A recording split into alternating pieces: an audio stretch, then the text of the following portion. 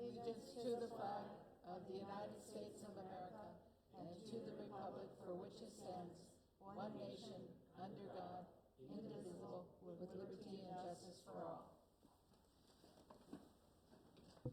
All right, I see Anwar is with us tonight.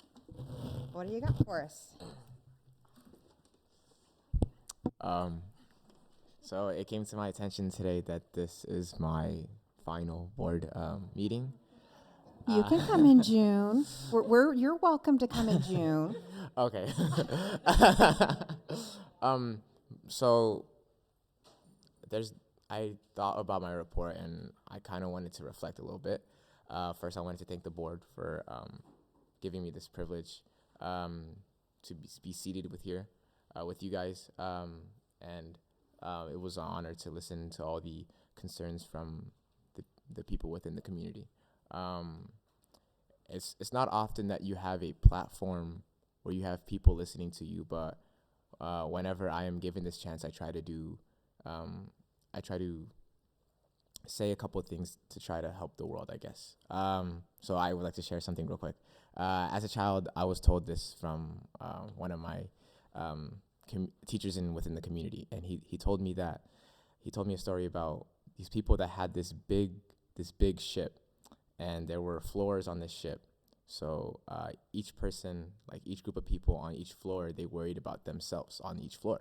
So basically the bottom floor didn't care about the people on the floor above them, and they didn't care about the people above them. So then when the people on the bottom started to cut holes on the floor of the ship, the people above them said, so what? That's them. It doesn't affect me. That's what they want to do. As you know how ships work, the ship sunk. So basically the moral of the story, and I just carried with myself, is try to help others in order to help the community. Because once you do that, you better the world. So that's just my little spiel. And once again, thank you guys for this privilege and honor. So yeah.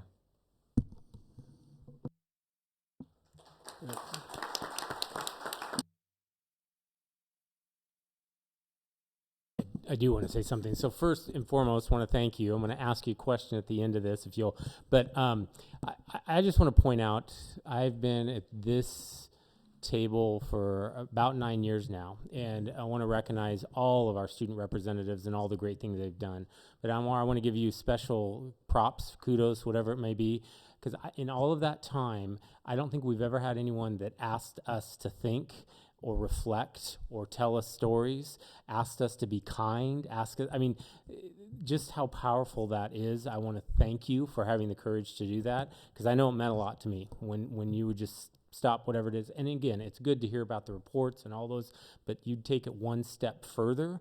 And I also want to just shout out, I get the privilege of every now and then being in the school and seeing you in action and your leadership and what you're doing, and it's very impressive. So I want to thank you for all of the above and basically allowing us to serve you and provide an education. And that's where my question comes. Are you willing to share plans for next year, what you're thinking? Yeah.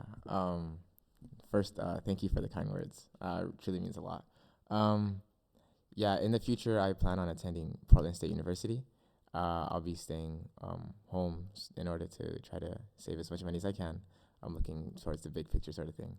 And I always wanted to help people. Obviously, it's been a big goal of mine to help people in the world. So I kind of have leaned towards medicine, whether that's pediatrics or physical therapy. I still haven't decided yet. And I've been told by many that I have time, so. Yeah, so thank you. Madam Chair, can I make a comment? Anwar, we didn't give you this opportunity, you earned it. And I want you to know that as a result of you earning it, that's what gave you the seat at this table. And obviously your classmates thought enough of you to elect you to the position that you have. And like Superintendent Richardson just said, what you just said about helping others to lift the community, and I mean, that wasn't exactly the way you said it, but I think that's kind of what you were saying. Yeah. You're going to go a long way, my man. Thank you. Thank you. Thank you guys. Thank Oh, you. more? Oh, no? Any updates on any other activities that you're looking forward to graduation? I hope. Yes. To get less deep and talk about the okay, yeah. So with school, just trying to get by. We're almost done. No, but I'm just trying to enjoy it really. There was a saying, YOLO, you only live once, but that wasn't my motto. My motto was you only high school once. So while everybody was skipping and leaving and didn't want to be there, I didn't want education, things like that. My parents are immigrants, and they were both educators back home. So they taught me, they instilled in me the power of education. So it mattered a lot to me. So that's why high school I care about it so much, because I look around at the world and I see that not everybody has the opportunity that I have. So within the high school, there's prom, graduation. I'm trying to speak at graduation, but that is to be determined. But other than that, just flying by. Cool. Yes. Excellent. Your T-shirt will live on. I wore it proudly in the community many times, and that campaign was fantastic. Thank you. Thank you.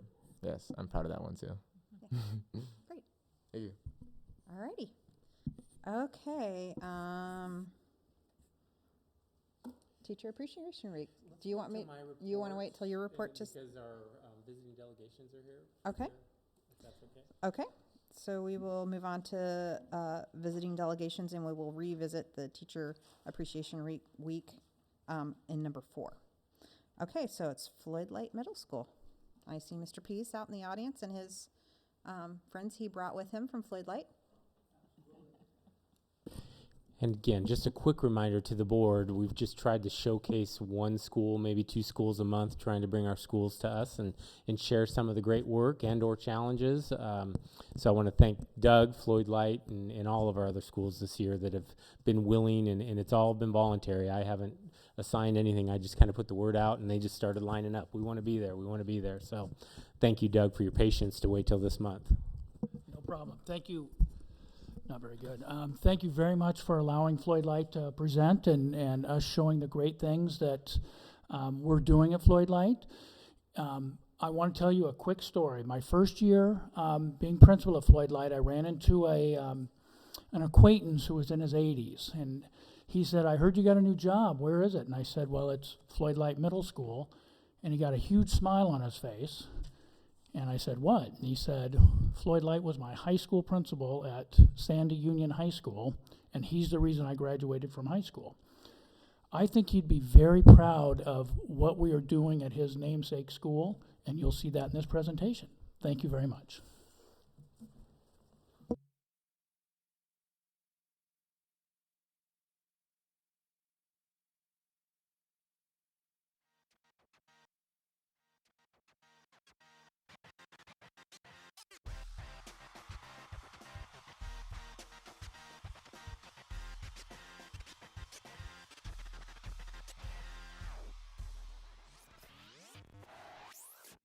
My name is Flor. I am Floyd Light. I speak English.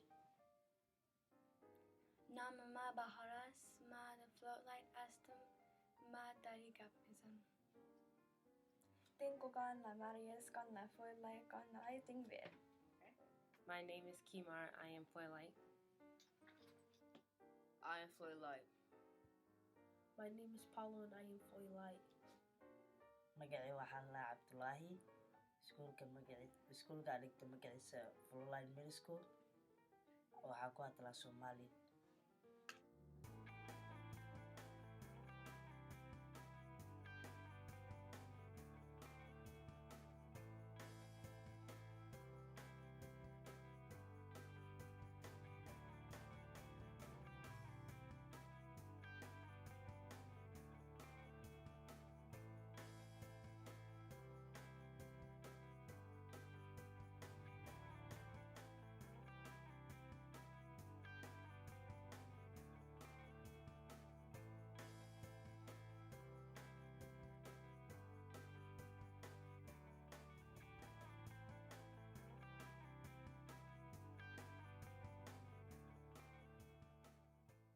My name is Chris Stevens.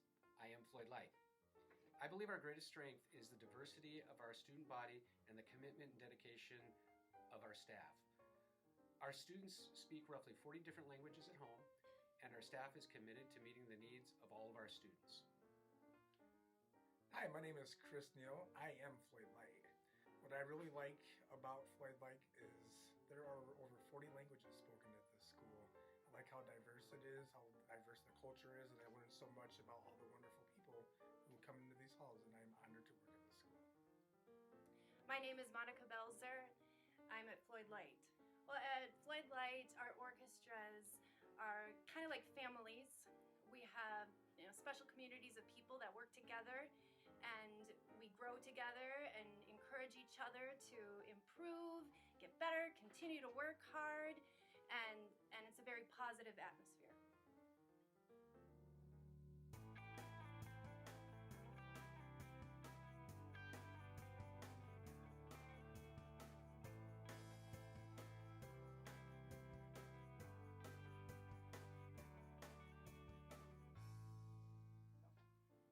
My name's Craig Topolsky, and I teach Read 180 here at Floyd Light. Read 180 is a program that seeks to elevate a student's reading level 2 years within 1 year. It's a fun class because, the classes are small, and we do 3 rotations, so the time passes very quickly. Yeah. What do you like about System 44? I think System 40 helped me a lot, and I think this program could help another students. System 44 helped increase my reading ability. After System 44, I went to Read 180, where I continue to work hard in reading. I like the software because the videos help me learn about other people's lives. Read 180 helped me improve my reading and typing because we get to use the computers. System 44 taught me to read and speak better. I learned to be patient and take my time.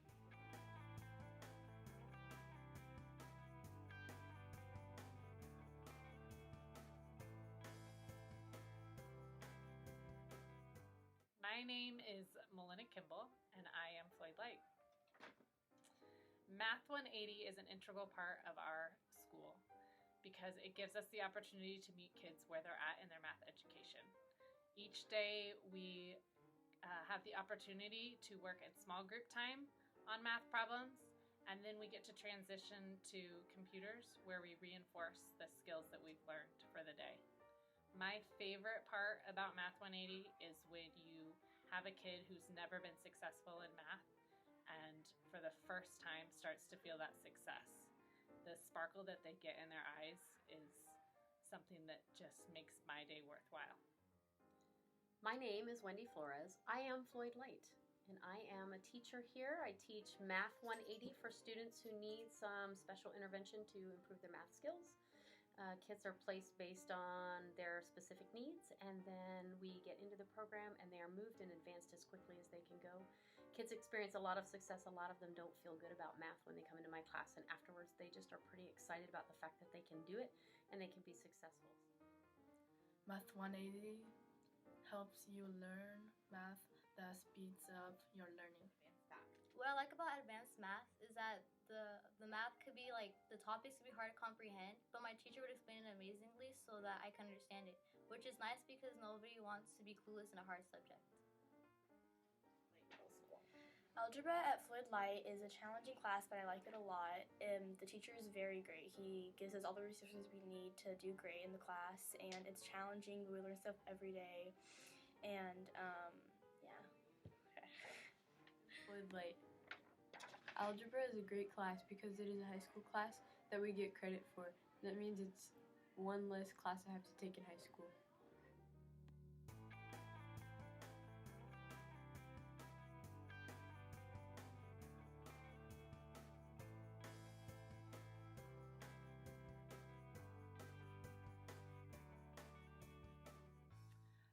My name is Megan Lutu, and I am Floyd Light. Health is unique to Floyd Light because we are the only middle school who offers middle school health to all students, which is great place for kids to ask questions and learn about things that directly affect them. I think what makes the health program at Floyd Light really great is Miss Lutu is a great teacher, and I feel open to speak to her about like what I feel. And she has an anonymous question box, which to say what I want to, but not have people like judge me about what my question is.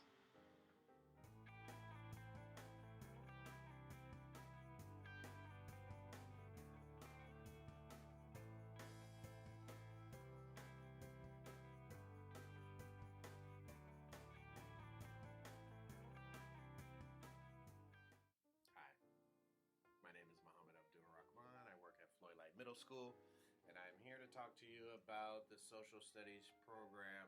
Been a couple of years of trying to get my teaching craft together. I've had a lot of help from Mrs. Wharton, who's been here a long time. And in regards to social studies, I try my best to bring in elements of different students' cultures, since we have a community here at David Douglas School District that is very, very diverse. So whenever I can, I try to bring in different elements into the social studies program. The teacher is very invested in their students. He cares about them and he teaches them things that he seems to be very passionate about, and he relates to them as a friend and a teacher would. He treats them like people. He helps people who are having trouble feel less out of place.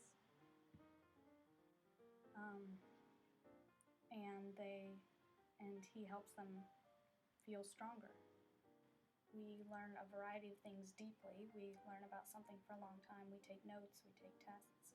We are put into groups sometimes that we choose ourselves and sometimes that he chooses, that the teacher chooses for us. And the groups always work well together, and it helps a lot of students with their learning. But even though the teacher makes it so that we can learn both ways. So we can not only learn about social studies, but about how to relate to other people.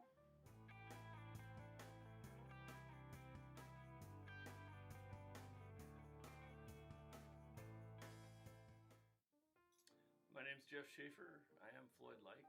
I teach wood technology. It's a hands-on class with kids are using power tools and learning how to work with wood and make projects. Lots of students find success. It's the one place where they don't have to sit behind a desk all period. They can get up, they can move around, they can move at their own pace. They can do, kids can be working on in various projects all at the same time. So it's kind of nice for those kids that don't like sitting behind a desk all period. Even if they never operate a power tool again, they feel some success in my class that they might not get somewhere else because they've gone through the process. They've learned how to use something that they've never used before. And I think that success transfers over to lots of other things. I like woodshop because it's hands-on and you get to make things such as this wooden box. What makes woodshop at Floyd Light Middle School so unique is you get to build objects more different than others, and you get to learn how to use tools more in depth, so in the future you can build different objects. Woods is fun because you can make cool projects, and it teaches you how to use tools that you learn from there at home. Woodshop helps a lot. It is going to help me with my career, and these are very good skills to have.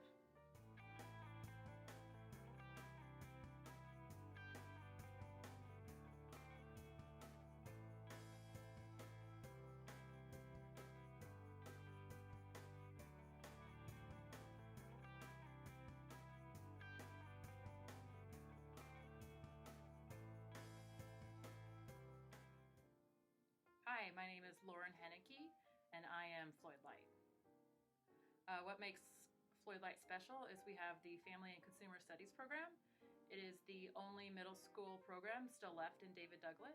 Family and Consumer Studies is a class for 7th and 8th graders.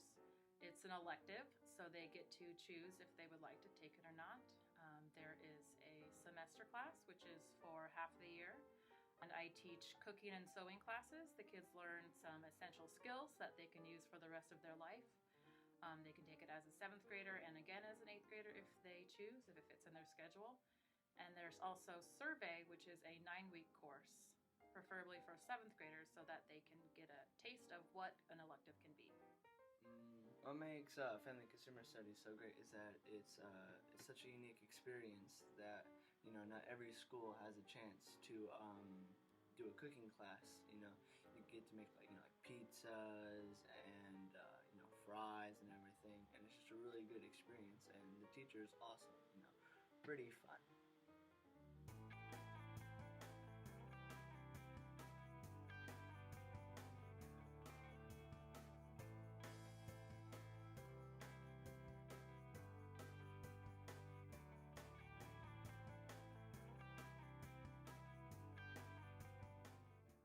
Mi nombre es Erika Mosqueda Franco y yo soy Floyd Light. My name is Erika Mosqueda Franco and I am Floyd Light. Ooh, what can I say about sun?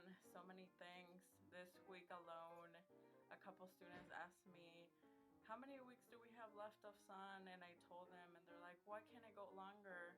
So that to me shows like the importance of sun.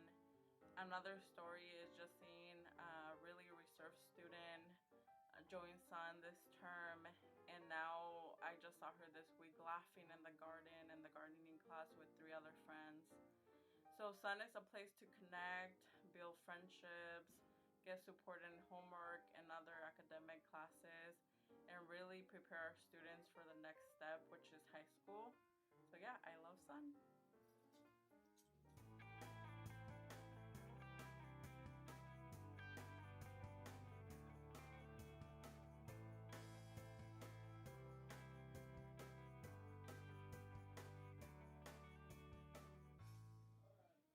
Hello, my name is Samantha Charles and I am Floyd Light. The FLMS Middle School Counseling Program's mission is to inspire all students to reach their academic, career, and personal potential. And in doing so, become successful college and career-ready global citizens. I am Nicole Ayala and I am Floyd Light. All students have equal access to the counseling program, which provides developmentally appropriate activities that include individual and small group counseling and classroom lessons. In addition, students are treated equitably with fairness, justice, and respect.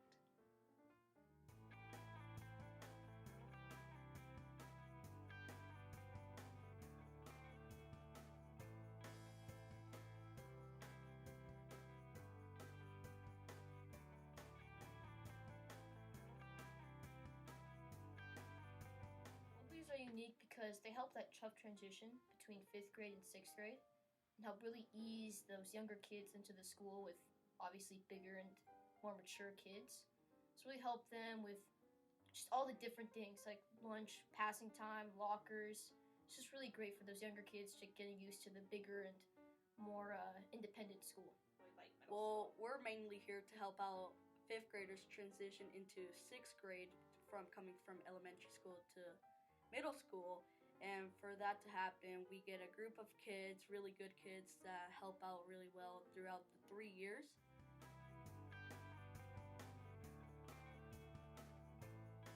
My name is Timney. I am Floyd Light. Tôi tên Nè. Tôi nói bằng tiếng Việt. Tôi đi Floyd Light. magacayga ayaan Yuusuf al dhahaa waxaan ku hadlaa Soomaali Floyd Light School aan aadaa. My name is Jace. I am Floyd Light. I am Floyd Light. I am Floyd Light. Hello, my name is Doug Pease, and I am Floyd Light. I am the principal here, and I really appreciate you watching this presentation. I'm not going to say very much because the students and the staff that you just listened to and heard has said what an amazing place Floyd Light is. And I am just so impressed with our school and our school district. And thank you very much. And I'm proud to be part of the Floyd Light community.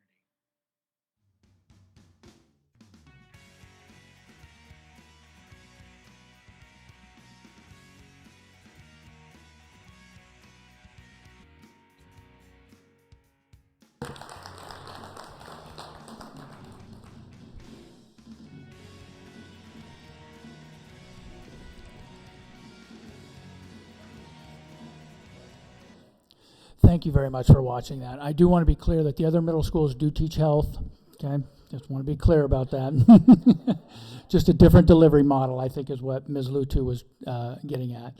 And I just want to thank Alyssa Alvord, which was an intern at Floyd Light this year. Thank you very much. She did most of the work. And Mr. Kaplan, sorry. So just met him tonight. So thank you very much. Anybody got any questions, comments? Just one comment. It was nice to hear how algebra is, a child can just get into algebra now. When my kids were there, no matter what your test scores were, you had to do this checklist of things, including being leadership thing, just to take algebra. And I never could figure that out because that didn't make you successful at algebra. So it's nice that kids who just have that ability get to take the class now. And I think as far as board members go, I'm probably the most familiar with Floyd Light because both my children went there, but one of them's out of school now, so he doesn't count anymore. Hey, mine's long out of school. So yeah, I do appreciate, I think all of our middle schools now do offer algebra as and they get high school credit for that. So that's, I think, really awesome. So any other comments? Nope. Okay. Thank you. Okay. Now do we have any community members signed up on the board back there? No? Okay. Good. Okay. So now I am going to declare a brief recess in order for Ms. Devlin to conduct a public hearing on the application for Title VI Indian Education Funds.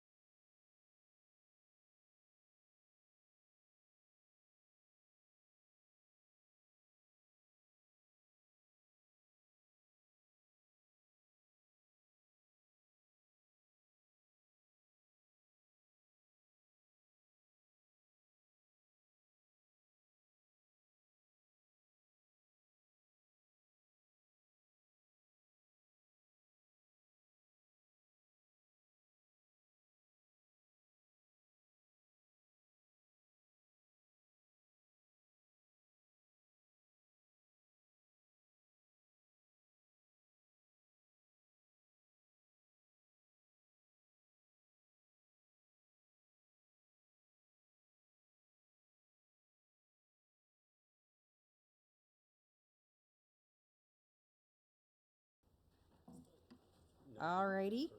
Now we are on to number 4, superintendent's report, where we can talk about whatever you were going to talk about. Absolutely, I have a whole list, and I will actually, the one that we just talked about a bit, I'll go first because I had the privilege to attend our Title VI Native American Parent Advisory Committee last, Wednesday evening? Tuesday evening. And anyway, part of that, I want to tell a little story, and Stephanie brought it up. At our equity committee, it was amazing, and she's not here, but one of our parents actually brought up, and actually I'll back up one more time, the power of the equity committee and where we're going. We're still initial, and there'll be feedback later, but it's been fascinating, fun, learning, energetic, all of the above, and I can't wait for us to dig even deeper into policy and real meaningful change. But along the way, the relationships we build, the communication we have, the opportunities we gain, and this is a little example of that, because during our equity committee, we had a parent come to us that witnessed an interaction, I believe, between a student or a family, one or the other, and a principal. And that interaction looked like them recognizing that, hey, all these flags, and many of our schools have flags up in our commons area or in the cafeteria to represent all the different nations and represent all of our students. So any flag and anywhere a student has come from or their families come from is represented.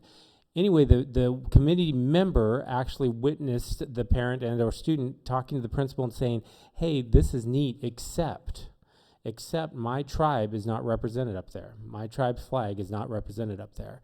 And again, that is so big, so little, it's kind of like, why does it take us this long? But the opportunity now for us to say, okay, let's get tribe flags up there. Let's get representation. So we had the opportunity, Kelly and I, to bring to our committee, Title VI committee, and basically say, hey, this was brought to our attention. Could you help us? Could you help us get flags? And ideas just were bouncing off the walls, from flags they had in their offices to where they could buy them, where we might be able to get them donated from NAIA and across the state. So across the nation, really. They had connections across the nation to get us flags from recognized tribes. So really excited about moving forward with that, and one step at a time. But I know for a fact we have active partners that are going to help us get flags, and they were very gracious, one, and two, communicated that they're very proud of their flags, and we'd be proud to have them hanging in our schools as well. So anyway, thanks for stealing my thunder. Yeah, no. Yeah, you're good.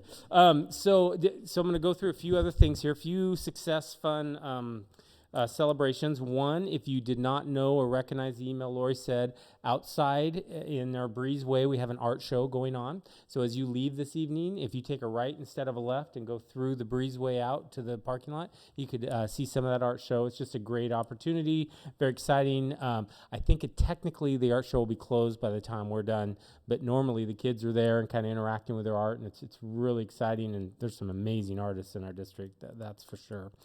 Second, I want to recognize not one, but 2 awards we received over the last couple weeks. I'll read the first one. School District awarded for outstanding financial reporting, and School District awarded Certificate of Achievement for Excellence in Financial Reporting. So I just wanted to recognize once again Pat and her department.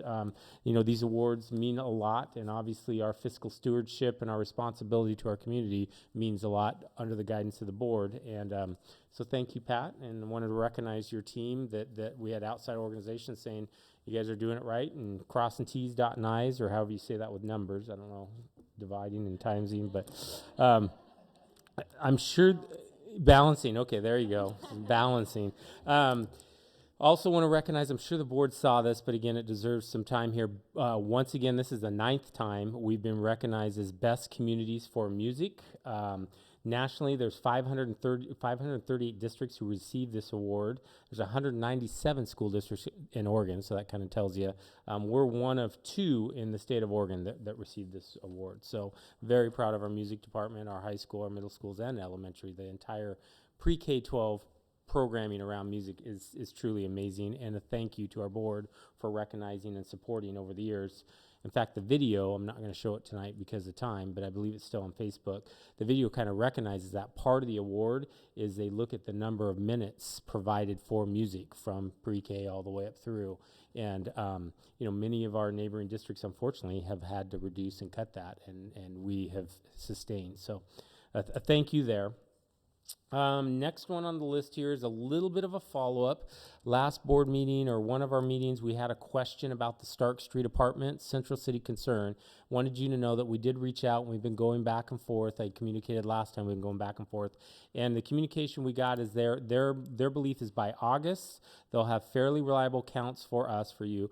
Maybe even by mid-July. We'll start screening applicants in June and start scheduling move-ins in July for August move-ins. So that's kind of the planning. Right now, we don't have hard numbers or feedback, but that's what they're telling us. Well, Florence, if I get this right, she got a call that they are going to hold certain apartments available for those in our community that are homeless or at risk of homeless.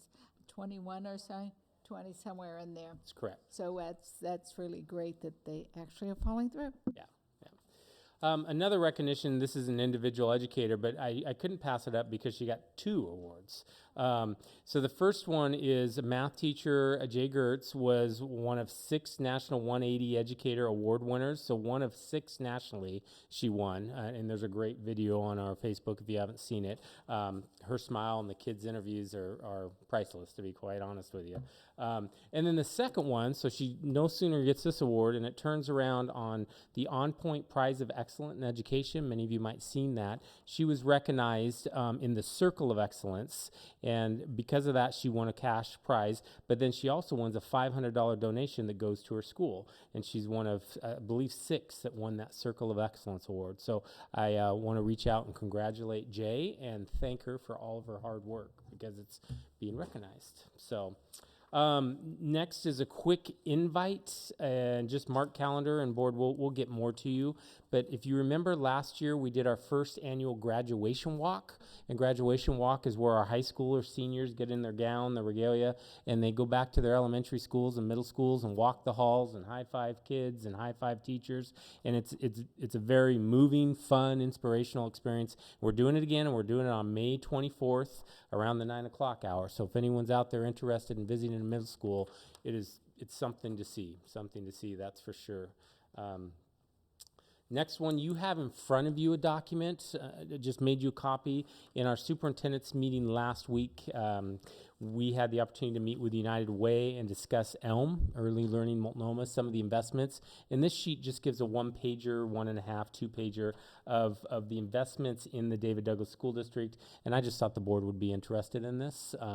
Nothing more than that. I just thought I'd share. And obviously, if as you go through it, you find questions or want more information, please don't hesitate to let me know.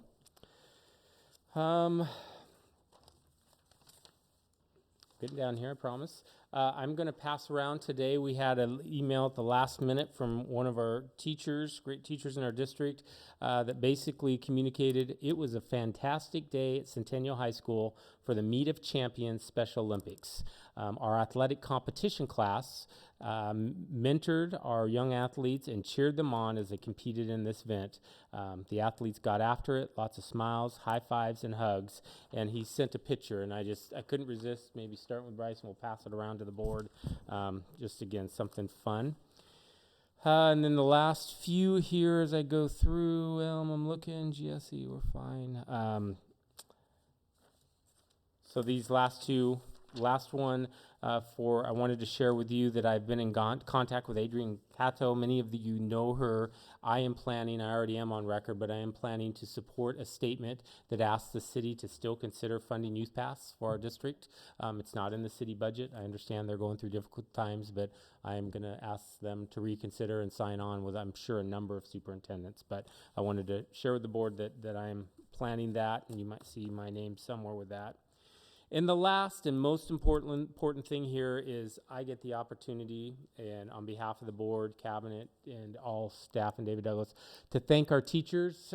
We do have one in the audience here, so I get to you two. Oh, geez, I didn't see you back there. Sorry about that. Basically, I've had the opportunity to send a couple emails and thank you, but that doesn't do it justice. Their dedication, their passion, their care, what they do to support our kids, make a difference in their lives, believe in their lives. I truly believe, and I said it to them and we'll say it to all of our teachers, I believe we have the best teachers in the state. What they do every day, the amount of effort and energy they put in is amazing and inspiring. And over this past week, I know they've been celebrated in a number of ways. I've seen cakes delivered, healthy cakes. I've seen as healthy as they can be. I've seen massage chairs. I've seen signs. I've seen chocolate and coffees. I've seen a whole coffee cart truck parked up in the kind of runway of a school. So anyway, I hope you know how appreciated you are, and more importantly, thank you for all you do. And with that said, I get the opportunity to read a proclamation. Whereas teachers mold future citizens through their guidance and education, and whereas teachers encounter students of widely differing backgrounds, and whereas our country's future depends upon providing quality education to all students, and whereas teachers spend countless hours preparing lessons, evaluating progress, counseling and coaching students, and performing community service, and whereas our community recognizes and supports its teachers in educating the children of this community, now, therefore, be it resolved that the David Douglas Board of Directors proclaims May 7th through the 11th, 2018 to be Teacher Appreciation Week, and be it further resolved that the David Douglas Board of Directors strongly encourages all members of our community to join with it in personally expressing appreciation to our teachers for their dedication and devotion to their work. So, again, thank you guys very much, and all of our teachers I want to recognize and say a giant thank you to for all they do. And Madam Chair, I have some for other business a little later, but that is my report this evening. Okay, thank you for that, and we've got a hand up. I got here late and I didn't take the opportunity to sign up, but I would like to briefly address the board if you guys have the time tonight. I don't have a problem with it. Is that okay? Yeah, come on up. Thanks. You're the only one out there that wants to do this. Okay. Can you hear me okay? My name's Aaron Barrow. I'm a parent of 2 kids at Ventura Elementary. I've been pretty active, and you've probably gotten emails from me about the late start times. I just wanted to share why I'm so passionate about this. I have 2 boys, one's 5, one's 7. They've always been kind of on a different sleep cycle. My 7-year-old, he just goes to bed early. He's always gone to bed at 8, which is nice for me and his mom.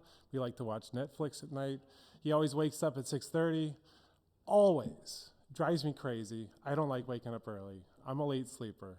Always does. And so, if we change to an earlier time, he'd be perfectly fine with that. My 5-year-old, on the other hand, has always been a late sleeper, always has a hard time getting to bed at night, always goes down between 10 and 11, and he always wakes up at between 7:30 and 8. That's just his natural rhythm and his natural cycle. And he also has troubles in school. We just got a letter yesterday because he stabbed a kid with a pencil, which is horrible. But when he misses out on sleep, even if it's a half hour, it builds up. I know, you guys know how sleep works. If you miss out a little bit, it stacks. There's no getting it back.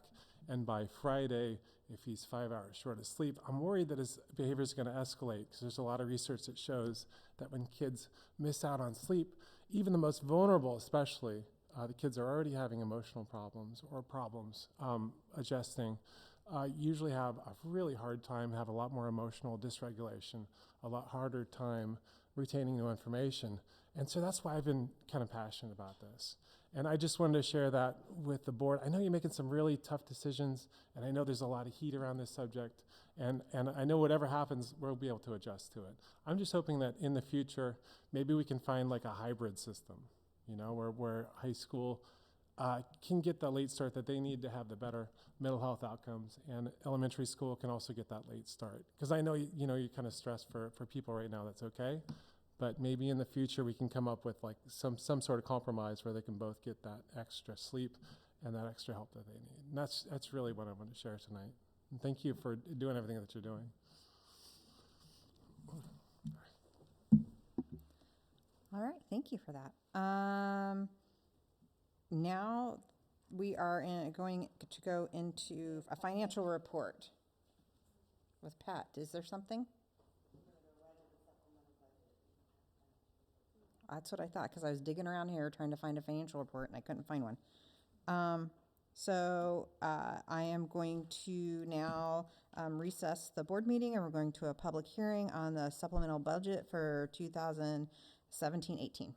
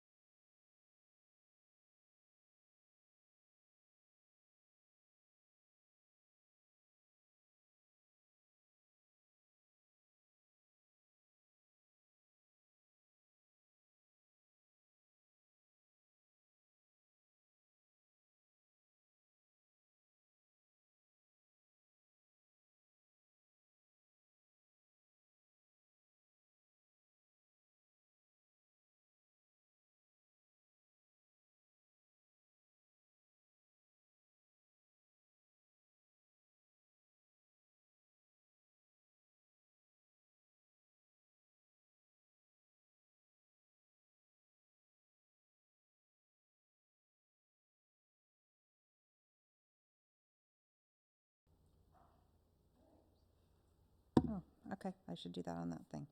Okay, so now we are on to number 6, resolution authorizing amendment number 1 to the 2017-2018 budget for school district number 40, and I will need a motion for that. So moved. Second. Okay, it's been moved and seconded. Is there discussion? Okay, no discussion. All those in favor? Aye. Aye. Opposed? Okay.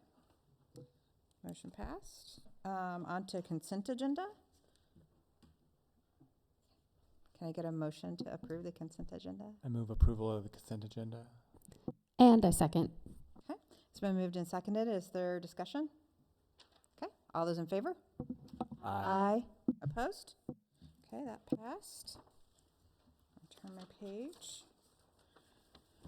Okay, we are on to number 8, approval of the high school health adoption, and we have Brooke O'Neill and John Archer.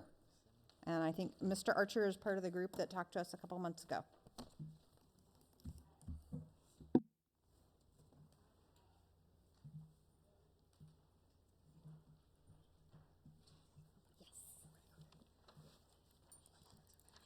Okay, so we are here to talk to you about the high school health adoption and to ask for your permission to move forward with purchasing materials. We have already done our K-8 health adoption, so this is getting our high school on board. And just a reminder, this would be a 7-year adoption cycle, so these would be materials through 2025. Our high school health department has been pretty amazing because we follow a 7-year cycle that's outlined by the Oregon Department of Education. And when Common Core came into be, health kind of got pushed by the wayside. So they have been working with materials that are very, very old. And we're very excited to see it back in the rotation and to get updated materials. So you could see where we are right now, and these are to be in the classrooms in the fall of 2018. So all of our adoptions are great, and so anytime the Department of Ed has an opportunity to add a textbook adoption, they always do a standards review because that's really what it's about. The materials are in service to meeting the standards. These are not all the standards. These are the 8 overarching standards for health that go with every single grade level. So within these 8 standards, for example, standard 1, there are aligned skills that go K-12. And so there's pages and pages behind every standard.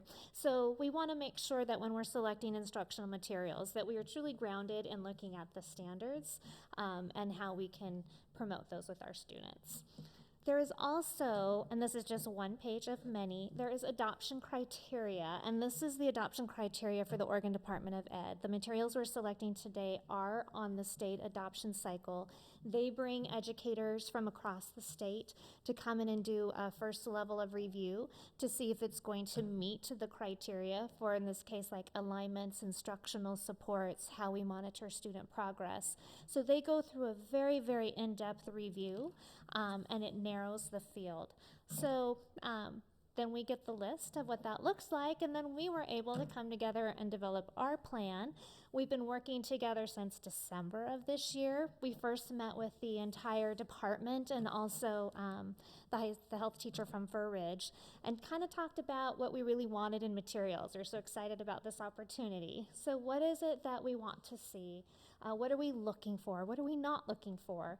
And one of the things that really came loud and clear is wanting a digital adoption. The health field, the information changes so quickly, and wanting to be able to, that we can stay current with that.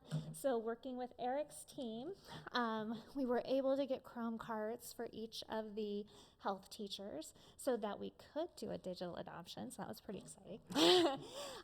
We've gone through publisher presentations, and then all of the teachers determined what lessons from each publisher. We narrowed it down to 2, and they actually had a good chunk of time to go pilot lessons from each adoption.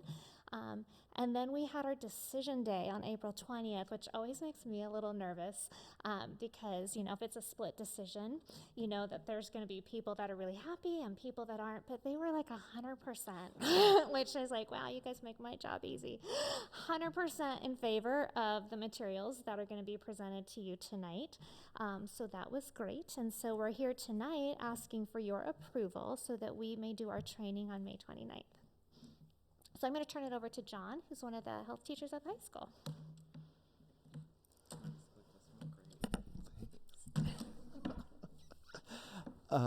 So before I dive into the curriculum that we'd like for you to vote on adopting, Brooke referenced some of the process that's led up, and I don't know if you're aware of some of these pieces, but as the state reviewed our health standards and performance indicators, there were 2 David Douglas educators on that committee, Kelsey Stiff and Julie Caverly. And then after the standards and performance indicators were updated, the curriculum tool, an educator from our district, which was myself. So we've been very involved in the process from the state level and very excited at the opportunity to look at new curriculum. Like Brooke said, the current curriculum is very old, so we're really excited. We heard presentations from 2 companies, and McGraw-Hill has a Glencoe Health text that we'd like to pursue. Text is comprehensive, which we really appreciate, means has lots of different content that we get to choose from to use with our students. The second bullet there is that it applies health skills, and Brooke showed you the new standards. There are 8 standards. 7 of the 8 standards are skills-based. Only 1 of the standards is related to content knowledge, and so we're really excited about a curriculum that matches that isn't just learn, regurgitate facts, but that in the process of finding facts, students are able to practice interpersonal communication skills or decision making or refusal skills or accessing appropriate materials. So we're really excited about that. They also feature an online component, which Brooke mentioned we're really looking forward to, and I'm going to highlight some of the key components that are available to us. And we also really appreciate the support from the board and the district office in finding funds, especially Derek's department, for Chromebooks. It's really changed already before we have a new curriculum, the instruction that we're providing to students, and several of the teachers in our departments have already found ways to use Chromebooks, and there's a couple teachers that already use them every day. So they've already drastically changed the way that we're able to interact with students, and they're able to interact with the material. So we wanted to say thank you for that, and thank you also for voting to increase FTE in our district to allow middle school health education to be more robust and to really impact the lives of our students. We really appreciate that. Some other points from there are that the digital approach allows us to select the curriculum that we'd like to focus on with students. Some more information from McGraw-Hill is that the content is built on skills that are based on national health education standards. Our Oregon standards are aligned with those national health education standards. This engages students at a higher level and allows us to customize what we teach, and we're really glad that the content that they provide is customizable. The other curriculum that we looked at as an option really did not have customizable material. It was essentially just PDFs of information that was available in print, and so it didn't allow us the opportunity to differentiate for our students and teach the ways that we know are best for our kids here. And so we really are excited to work with this Glencoe curriculum.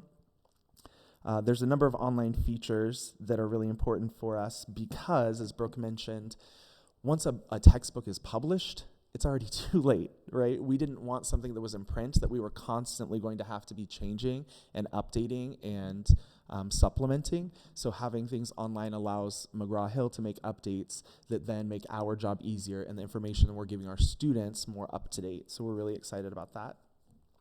They highlighted a few of their components. There's a real world connection, which includes or increases engagement for students. They see purpose in what they're doing. They're not just learning information to regurgitate on a test. There's value in their everyday lives. There's a component that ties into fitness education as well, and so there's opportunities there to partner with our physical education and see how we could do some cross-content education. And the hands-on health is another area that makes it really genuine for students, that we get to dive in and see real-life scenarios in the text. As teachers, when we log on, we see a screen like this, and across the top, you'll see several tabs that make it really great for us, and I'm going to highlight just a few of those for you.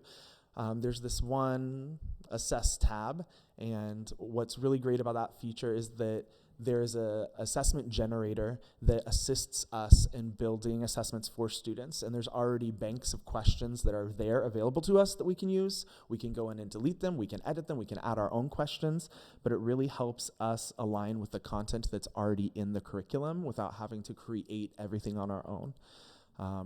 The one phase in here allows you to choose how you want to specify your exam, what types of questions and how many of them, so that really helps us to have a well-rounded assessment when we check students' learning.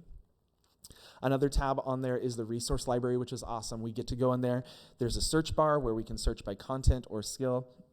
They also have the favorites option where if there's something that we enjoyed, we can favorite it for easy access later. And we can look at all the different types of videos, of student worksheets, all these different resources that are available to us without having to scour through everything. With a traditional print textbook, you'd have to be flipping through pages and finding what you want and then copying and doing whatever kinds of edits. And so this makes it a lot easier for us in that regard. And then the last one that I'll focus on is the Project Center. And as I mentioned, the health education standards have moved towards being skills-based. And so several of our health teachers have moved towards assessments that are project-based. We do still do quizzes and tests, but there are several of us who do unit projects where students demonstrate their learning by demonstrating these health education skills. And what's great about this Project Center is there's already rubrics in there, there's already web quests in there, there's already ideas for projects that we can use in addition to what we've already done that align to this curriculum. So this is one of the parts of their connected website that we're most excited about, because this is going to lead to a lot richer, more engaging opportunities for our students. And that's a quick overview of some of the key highlights that we were really excited about with this curriculum. And then we'll open up for any questions that any of you may have for Brooke. And John. Hey, do we have questions, comments? Elaborate a little bit on the skills based, is that what it said? Yeah, like in the projects? Yeah. Do you mean? So for example, let me pull up where it has our standards. So as Brooke was explaining, can you go backwards? Sorry. There we go. So standard 1 is the one that Brooke highlighted before, and that's the one related to content knowledge, that students will comprehend concepts. Standard 2 says that they can analyze influences. So that's a skill. Standard 3 is that they can access valid information. Standard 4 is they use interpersonal communication skills. 5, decision-making skills. 6, goal-setting skills. And 8, advocacy.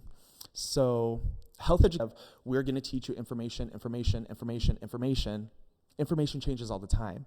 Just like I told you, the textbook is going to be irrelevant by the time it's published and in our schools. That's why we didn't want something in print. So health education has shifted to these skills. There's always going to be information, but do you know how to access accurate information, right? Do you know that the CDC is reliable and Billy Bob's cancer website isn't, right? So this is a lot more of what we're looking to assess. We do assess content knowledge as well. You know, we're going to ask, you know, what are the 4 different chambers of the heart called, you know. So there are facts that don't really change.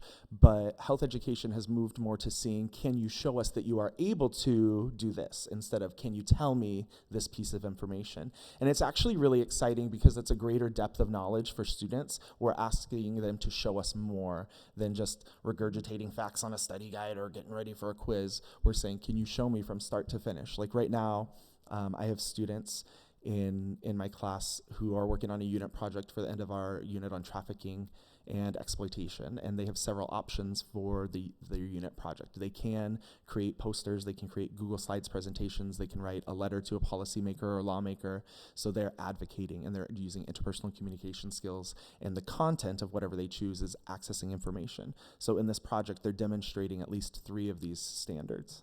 Does that help to give a better explanation of? Yeah, I guess, so what you're saying is that if you're number 2, if you're passing number 2, or you're out trying to say advanced, then you have, is the skill that you're saying? Well, in not term- necessarily for 2, but yes, like you would be mentioning accessing information standard 3. But what happens is these different standards, like Brooke said, break down into smaller skills that the state calls. Our health education department, we still teach thematic units. So like we have a sexual health unit, we have a non-communicable diseases unit, we have a mental health unit. And each one of those units will address every one of these standards and some of the performance indicators that are under there. So it would look like that. If we were trying to assess a student's ability to access information in this project, I'm going to see when they submit their sources is, for example, do you have a .org, a .edu, a .gov, or do you just have some random website? Or I looked on Wikipedia. And then we're able to talk about that and kind of dive in, well, okay, you found information on the internet, but do we have reliability with every source that we find? And so what it does, it equips students then after health, because there's only 1 year of health required in high school, to take those skills with them, even though the content changes, or one day maybe they want to look into cancer because someone in their family has cancer. Later in their life, they're interested in physical activity because their metabolism doesn't work the same way that it used to, right? And so that skill of accessing a valid information goes with them to whatever context that they choose to apply it in. Thank you. I have a question. So I'm glad to see that you had 100% approval for recommendation. That's awesome. I would love to get a sense of, nothing will be perfect, but what's your sense of the limitations or ways that this isn't, that you would have liked to see some things different, and how, what criteria were used in determining whether this was the best fit for us? Well, I think, we first of all, we wanted to make sure that it met the criteria for the Oregon Department of Education. Right. So we want to do that. We want to make sure that it meets, and part of that is accessibility for all of our students are visually impaired, and how we get that. But we also know that a curriculum isn't an end-all be-all. Mm-hmm. It is one part of a whole instructional program, and so teachers will have to supplement with this because the standards are broad and there's a lot of them. So with the digital, that's, was our conversation, is it really allowed us to get to the core and align with the standards, but then we could supplement, we could augment, we could, just have much more decision making. And so I think that's what really, as John mentioned, that flexibility, for other curriculum we looked at, it was really pretty stagnant, and we were really limited in what we could do. And our kids come to us with such diverse needs, and that differentiation and meeting kids where they're at is incredibly important. So I think that was key for our criteria, and being able to do that. And we want kids to see themselves in the curriculum as well, so that it is relevant, not just regurgitating facts, but that relevancy piece is enormous for us. And I think, as well as Brooke mentioned, our plan is not to just plop kids on Chromebooks and say, read the digital textbook. A lot of what we do is going to be developed on our own.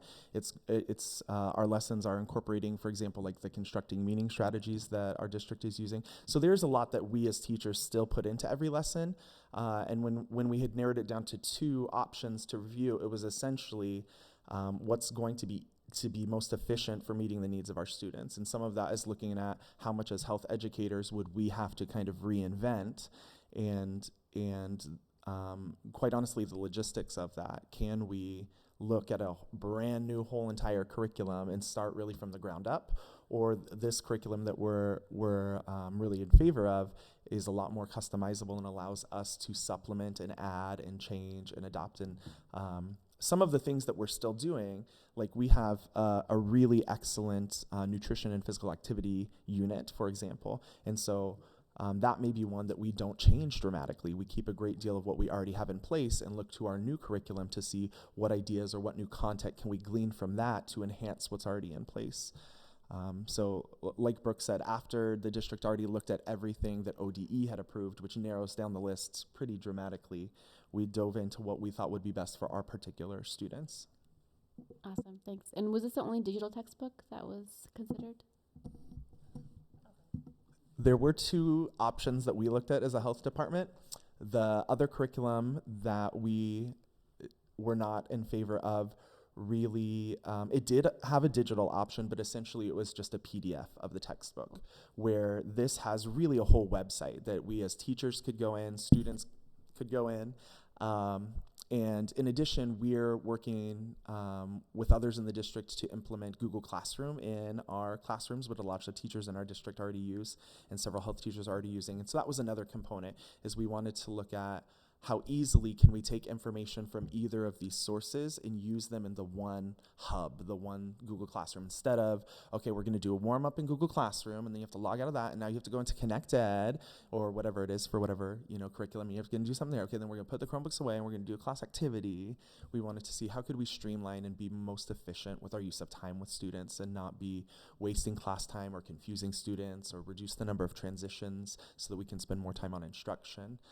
So there were two very different kind of digital options, and we did explore both. And like Brooke said, part of the process was we took information from both curriculums and tried them out in our classes. We integrated them into lessons that we were doing. Some information from the other curriculum, for example, went into some sleep lessons, and we took information from this curriculum and implemented it. And when we first had a meeting with Brooke and the publishers, our department was split actually pretty much in half between the two curriculums. And what really changed it was being able to try them out in the classroom and see what was going to be like for us and what it was going to be like for our students. And then that's what swayed everybody to this curriculum. Thank you. Okay, anybody else? Kyle? Hey, John. So Teacher Appreciation Week. So first and foremost, I really appreciate you and your department. I think you guys are fantastic. I think I've shared that with you before. I also appreciate the subtle, we only require 1 year of health. Don't think, yeah, no, I caught that. Yeah, I appreciate that very much. I guess the other thing that I appreciate about this curriculum, first and foremost, like the health standards, Brooke, you and I have gone years on these health standards. But I appreciate how, and also to the superintendent's office, Ken alluded to our teachers in general, but specifically some of the things that you were talking about, how this curriculum works. I always, again, appreciate when we teach the students, not just the material, but when we teach them how to learn, right? I've always appreciated how we take the aspect that one of the roles is that they're here to learn how to learn, and just what you're teaching doesn't end right there, right? You give them that skill and that goes on. And I just wanted to, again, just because you mentioned it, the way you described how you teach and how this will work and how the standards are coming around, there are a lot of people that are frustrated with the health standards. They just are. But the way that it's being done, take the content and let's just set it aside for a second sometimes, right? The way it's being done is extremely beneficial to our students because they are developing the skill to be able to source their own knowledge in a quality manner as opposed to a less than desirable manner. So I want to point that out and thank you for your work on that.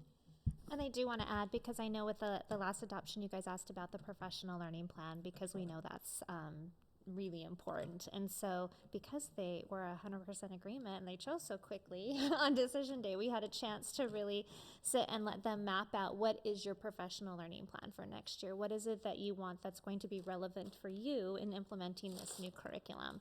And one of the things I think that we're very excited about is that opportunity to collaborate with the middle school health teachers and really look at that 6-12 progression and what that experience is like for our students in David Douglas. So we built in some opportunities for that to happen, which is exciting. So my kids are 8. They will, in 7 years, they'll be ready for this curriculum. And what excites me about it is, and especially the standard around the influence of media, culture, and technology. If I just think of where we were 8 years ago when they were born and how much has changed, and then think of another 7 years ahead when they'll be at the end of this adoption, maybe. I like the fact that there's the flexibility to address those changes within a digital format like you have. Okay. Anything else? Okay. So we need a motion to approve the high school health adoption. So moved. Is there a second? I'll second. Okay. All those in favor? Oh, wait, discussion? All those in favor? Aye. Aye. Opposed? Okay, that passed. Okay, now congratulations, and thank you definitely to our 2 teachers that are here tonight for Teacher Appreciation Week. And now we have a driver education report, and we have Pat and Joe coming up. And just a reminder, we asked for this report for those who weren't here or are listening in the cloud. We asked for a report on driver's ed because we have seemingly a lot of demand for it that we can't meet. So that's what we're going to find out.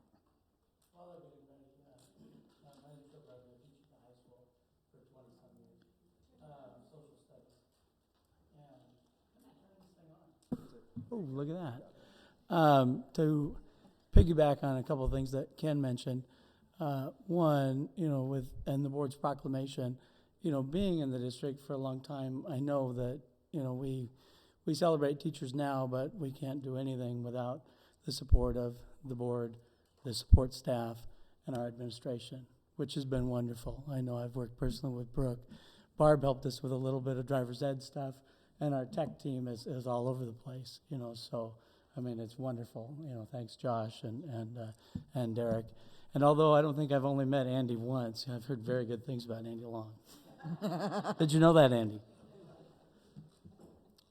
And the other thing is, you mentioned the grad walk. I have my teaching assignment with seniors, and they're very reluctant learners for economics, especially spring semester. They really want out, and but this week they've been meeting. Last couple weeks they've been meeting with their counselors on their exit plans, and having kids walk in this week to class. They were talking about the grad walk, and I thought it was kind of a silly thing last year, but man, it was cool. I mean, the kids loved it, and I think the elementary kids loved it. It was just a win-win all over the place. Kudos to our counseling department for doing that kind of stuff. I mean, they actually have been doing all this neat stuff that, from an old teacher perspective, I think, wow, I don't know about that, but it works out. So very cool. And also thanks to Pat and her staff, her new assistant, Beth Penner, emailed to try to find information about driver's ed, and worked with Pat, myself, and the high school team to kind of problem solve and figure out and put the presentation together. So that being said. Well, I'm going to let you. So we haven't practiced. We literally finished this afternoon. So do you want to go through the first part? Sure. Okay. So, and once again, it's been a high demand program, and there'll be some things, and if you have any questions throughout it, I've only been doing it 2 years, and I was tasked 1.5 years ago when the former coordinator stepped down. I was asked to see if we could clean up the program, bring it up to the ODOT Transportation Safety Division standards, and we're working toward that end. So we've done, I think this semester we're putting together a couple things with drive routes, assessments, and a take-home packet for parent and student. So those will be different than even what Mr. Riggs' son had last summer when he was doing it. So the general information about driver's ed, to be a certified provider, we have to meet the standards that are set with ODOT. And first they're set in the revised statutes, and then they go into Division 15, and then what we do here at the high school. And so, and again, I didn't know that all this occurred. 2 years ago when I took the class, it was 128 hours. And I get a certificate from Western Oregon University saying now I'm a certified driver's ed teacher. That's how long it took. And it's through Western Oregon University. And, they set the teachers up to be trained in what all this history is. And so if you look at the middle part, there is a adopted curriculum. It's called the Playbook. and it will be revised next year. They're on their second revision. And, we use a class set for that. The kids could take them home. We could get more. But, the class set seems to work for us. And you're welcome to have a copy of that, any of you, to see what that's like. There's a reimbursement process that I'm sure Pat can talk more about. Kind of the finance stuff we don't do anything with. The bookkeeper handles it and then it heads off to the district. But what I do know is we used to have classes of up to 58 kids. And ODOT, the Transportation Safety Division, just revised it and said, no, you can't teach that many kids. And so they put a cap for reimbursement on 30. We could have more if we wanted, but 30 is the cap. They'd prefer less. They'd prefer 24. I think some of them, our neighbor school, Centennial, has a private program named ODTI, run theirs, and they're more expensive. And I think they capped it at 21 for their class. But anyway, kids do have 180 days to complete the program.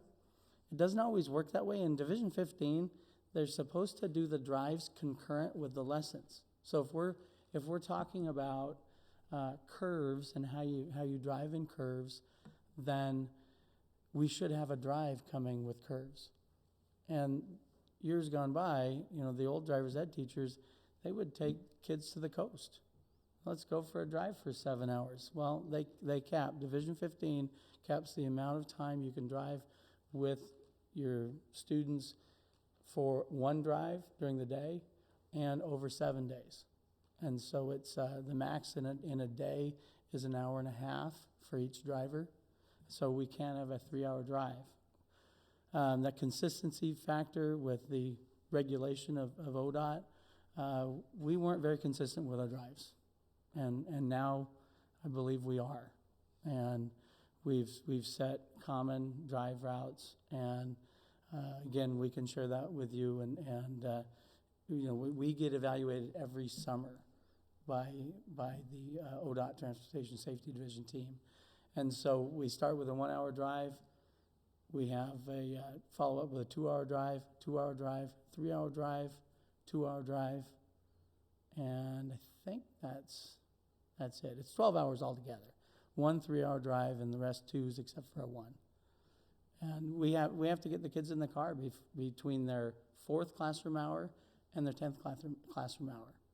And so that's we will try to do a 1-hour drive really quick, and it's kind of gives us a chance to see where people are at.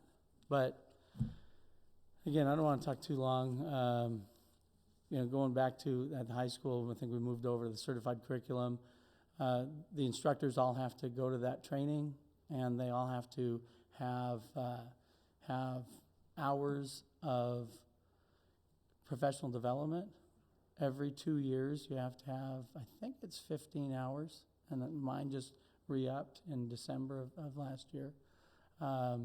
So they have a minimum requirement of 30 hours in the classroom and 6 hours practice driving, 6 hours behind the wheel observation. So we put them into teams of 2, and 1 drives, 1 observes. Usually they trade every half hour or every hour, depending on the drive. And then they have to drive at home and have a log of 5 hours. That's kind of in a nutshell what those 3 bullets are. Registration's been the problem. There never used to be a problem with it, apparently, because we could have as many kids as we wanted. And literally looking at this last registration, we were the last program to register kids in our area, both public and private. And it filled up in an hour. And kids we're backlogged now. And, and we said we could have given another session, but right now we don't have enough drivers to do that. We've had a couple drop. I think 1 dropped because of the consistency of the drive routes. And it was just too much of a hassle for that one to follow the rules. so he just withdrew. But hitting those points to try to clean up registration. I don't know why we never released the registration form until the day of registration. I think that was a past practice. And so our new bookkeeper, Michaela Pruitt, she said, well, why don't we release it, the 16th? And we'll do registration on the 30th. And forever, we've had, I guess one of the big sticking points this registration is somebody asked, does the parent need to be there for registration? And the answer is no, the parent doesn't need to be there for registration.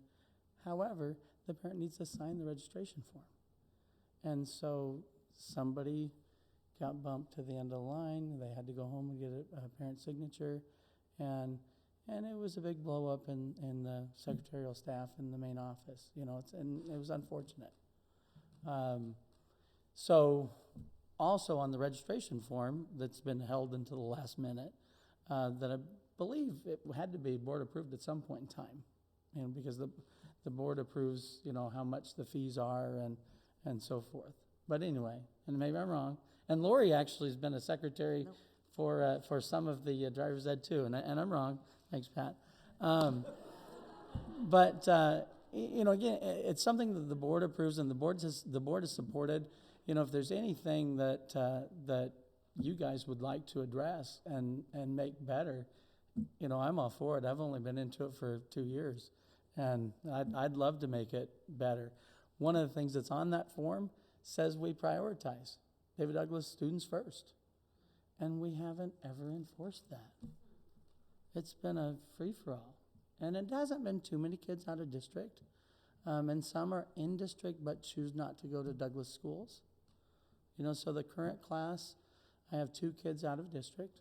I have one who goes to Portland Adventist, maybe. I can't remember for sure. She may be in district. And one is one of our teachers' kids who goes to Clackamas. Anyway, but that's where we're at on that. And so this year, this coming up, summer registration May 30th for DDHS and for Ridge students, May 31st for everybody else. And there's been a waiting list of 3 kids, and really we haven't had to access the waiting list because people are backed up. We have, there was a kid who didn't show up into the first session of spring. Does anybody know this kid? And nobody, we would have called him because we don't want a kid to miss out. He'd already paid, and they get refunded. But and it's hard to accept somebody after you've already had the time, because the state requires that every minute be tracked and recovered in some way. I don't know if I hit everything on that. Yeah. Classroom instruction, any days we want. They've always done it they've always done it on Tuesday, and 11 consecutive Tuesdays would equal 33 hours. But they say our break doesn't count. And so I've done the math, and with a break of 15 minutes or so, our kids at the high school go get the Sun School's dinner program, and they bring it back to the class. So we try to take advantage of all that, and that's where we're at. We used to do a presentation from the trauma nurses on Thursday from Emmanuel, Legacy Emmanuel Hospital, and the parents were encouraged to come to that, and you might have came to that, or your wife, Mr. Riggs. And terrified my wife. Okay, and I'll tell you, to me it was a sleeper and tough. But okay, can I just interject there real quick? Go ahead. I went to the trauma nurse thing with my son, and my son didn't want to drive after that, and he did not get his driver's license until after 2 learner's permits, because the first one he had it so unexpired, and we had to force him at 19 to go get his driver's license. He's 22 now. He has not driven since the driver's test at the DMV. Those trauma nurses scared the bejesus out of him. Poor guy. Well, True story. When I started coordinating, I thought, well, I want to get parents there And so I've had the parent night after the first class session, and I've had probably 90% of parents show up. I wanted to tie a face to the program and make sure that parents knew to contact myself or my administrative liaison, Mr. Flores at the high school, if we had any problems. And so that right now is working. I think we're getting more parents involved, getting more parents a chance to see, hey, you need to go out and drive with your kids. And it's 1 hour instead of 3. So that fits parents' schedules a little bit better. I think we covered that stuff already. Yeah. Oh, where'd number 2 go? I know she sent me another slide there. It is on your printed one. That's weird. Kind of like bus drivers. There's a shortage of bus drivers. There's a shortage of driver's ed. I can't remember what the requirements are, but I know if I get moving violations, I'm going to be, so I'm driving 30 along Stark and Division. If you guys, some people are honking at me,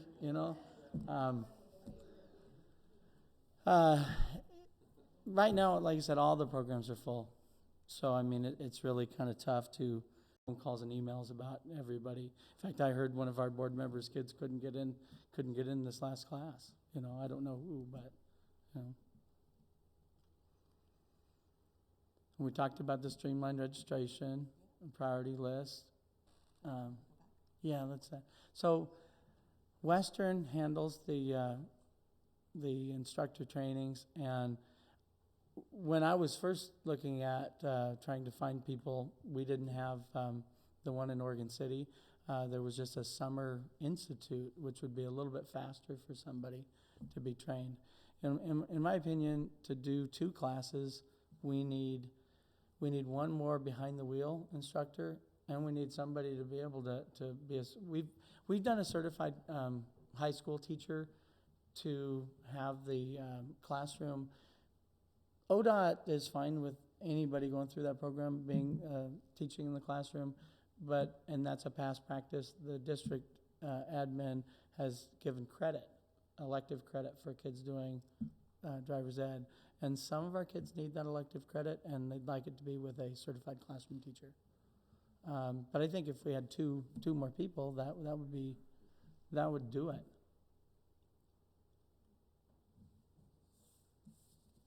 And the finances, you can see, we're the cheapest program around. We don't charge our kids. Looking at it now, maybe we should, because kids will miss here and there, and I don't know, it's tough. They're really good at being there, though, but every once in a while you get kids who are absent a lot. The other programs, the 2 private or public programs listed, Portland Community College and Reynolds, they're around where we are. And the ODTI is one of maybe 5 that are in the Portland metro area.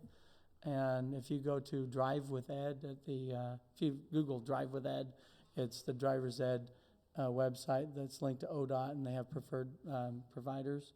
And you can see all the public, private. My kid, we live out in Oregon City, and he went to the one at West Lynn, which was, I think, $355. So. And it's the same curriculum.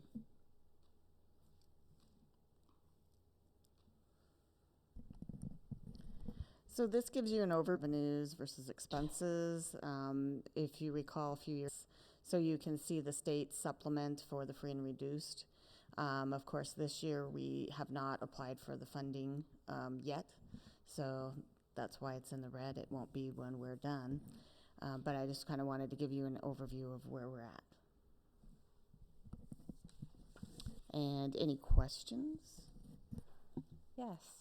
So does the chamber, you've got 17,000 for this school year so far in revenue. Is that because there's going to be a whole bunch more coming, or is this because we can't take as many students because we need 2 more drivers? I think we aren't taking as many students. Okay. And then we still, I think, have another class coming through. And so I need to look at that because I just noticed that too this afternoon. So, and do a little investigation on that. But I have a feeling it's because we aren't taking as many. And we probably would have We've been doing 2 in the summer, and then fall 2018 would also fit. So we have 3 sessions of students that would probably boost that number up. And then how much does it cost for somebody to get certified to be the drive teacher?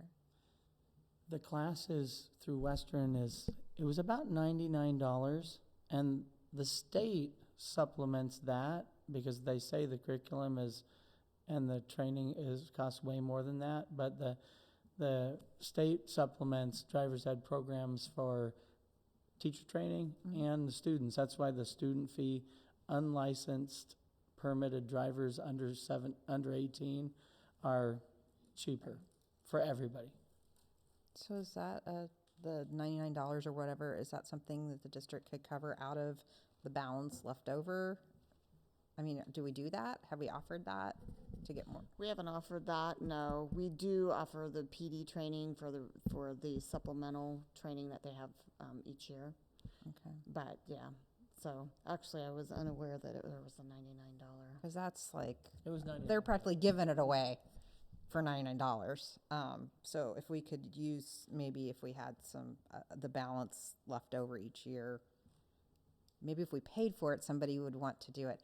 Honestly, I think that, I would be like white knuckle the entire time. So it takes a special person to ride around with my 15-year-old. She does pretty good, but she cuts people off all the time. Maybe some brave soul will be willing to get trained up for if we pay for it. Since there's excess, a little bit of excess. I mean, it's not a ton of money, but if there's $10,000 a year in there, then surely we could pay for a couple people to go do this. Mr. Flores, we asked him to contact the people at Western to see if he could recruit for some of the classified positions. And I don't know where he is on that, but we do hire a lot of classified employees, and that is a fantastic boost to their personal income to be able to, if they can handle it with the white knuckle. Yeah. And I understand that from last summer. Yeah, well, that's... But I don't know where he is on that. Okay. When you talk classified, wouldn't bus drivers be ideal? They put They up would with be. all those kids behind them.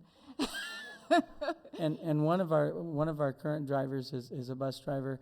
2 of them that stopped. One, she hasn't loved doing it for a long time. Her husband, John Greenheit, teaches at the high school, and she was doing it with him. And she just decided, I'm not going to do it anymore. And one of the other bus drivers went to Reynolds to drive bus. Just a question on the 30. I'm assuming what you're saying is they want you to keep your class at 30, but we could have multiple classes of 30 and they'd still reimburse, right?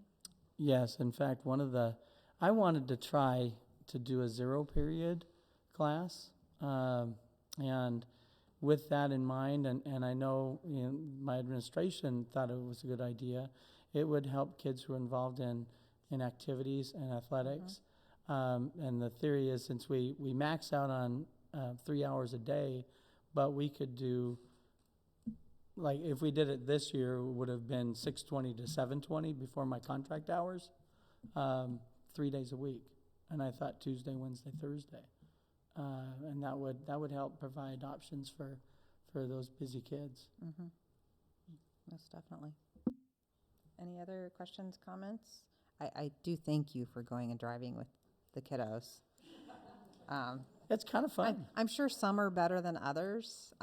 So Definitely. for what it's worth, I have 2 children, and like I said, with my son, it was a very frightening experience. With my daughter, not as bad, for what it's worth. But you must have like a steel constitution to go do that. So I thank you for that. Anybody else? Okay. Just thank you. Like I said, if there's anything that anybody would like to suggest, send it down the pike. Let Pat know, let John Byer or Rolando Flores know. Email questions if you have them. That works great. But thank you guys, appreciate it. Great, thank you. All right, up next, Youth Pass update with Barb.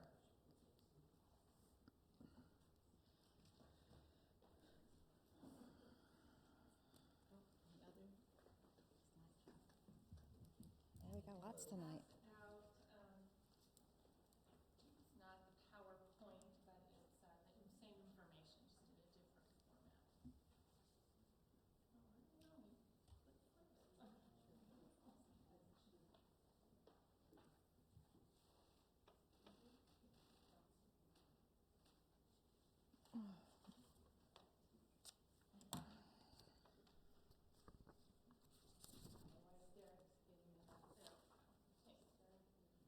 Okay, so you asked for a report on the Youth Pass, so I'm going to just give you an update on where we're at. So we are, just a sec, there we go, oops. Okay, so we've been working actually for the last couple years with YEJA, the Environmental Alliance, Youth Alliance program, that are interested in social justice issues, and working with them over the last few years, advocating to bring Youth Pass to other districts besides Portland. So they really were focusing on those districts that were within the city of Portland, so Park Rose and David Douglas. So these were the outcome measures that the youth were really hoping that Youth Pass would bring to our students. Really looking at trying to increase their attendance if getting to school and getting home from school was a barrier for them. They also wanted to try to increase their access to academic support so that they could stay after school for the Scott Center or any other SUN activities that had some academic components to it. And then just extracurricular activities, sports and any other types of SUN activities. And then really hoping that all of that would increase graduation rate ultimately for our kids. Economically, they were really looking at having kids have better access or more easy access to jobs if they had jobs that were beyond our immediate community. And then environmentally, hoping that by learning how to use TriMet and being comfortable with that it would really increase ridership as they grew up. When we're familiar with something, it's easier to do that as you get older. So this was the timeline, like I said, really for the last 2 years. I've been working with them with Opal and the YEJA group to bring Youth Pass into David Douglas. In July 1st, it was included in the mayor's budget. You can see the amounts there. What they did at the bottom with the $967,000, that in the past had been the allocation for Portland Public. So the city didn't increase their total allocation. What they did was divide it among the 3 districts based on our number of free and reduced lunch students. So you can see how their math worked out. This came directly from the city of Portland. So we got a total of $306,797.27 to implement Youth Pass in David Douglas for this year. In August and September, I worked with City of Portland and TriMet, and then Opal and YEJA in trying to get the IGA in place, get the allocation firmed up, and then trying to work with the high school to identify the key staff on who was going to help implement this at the high school.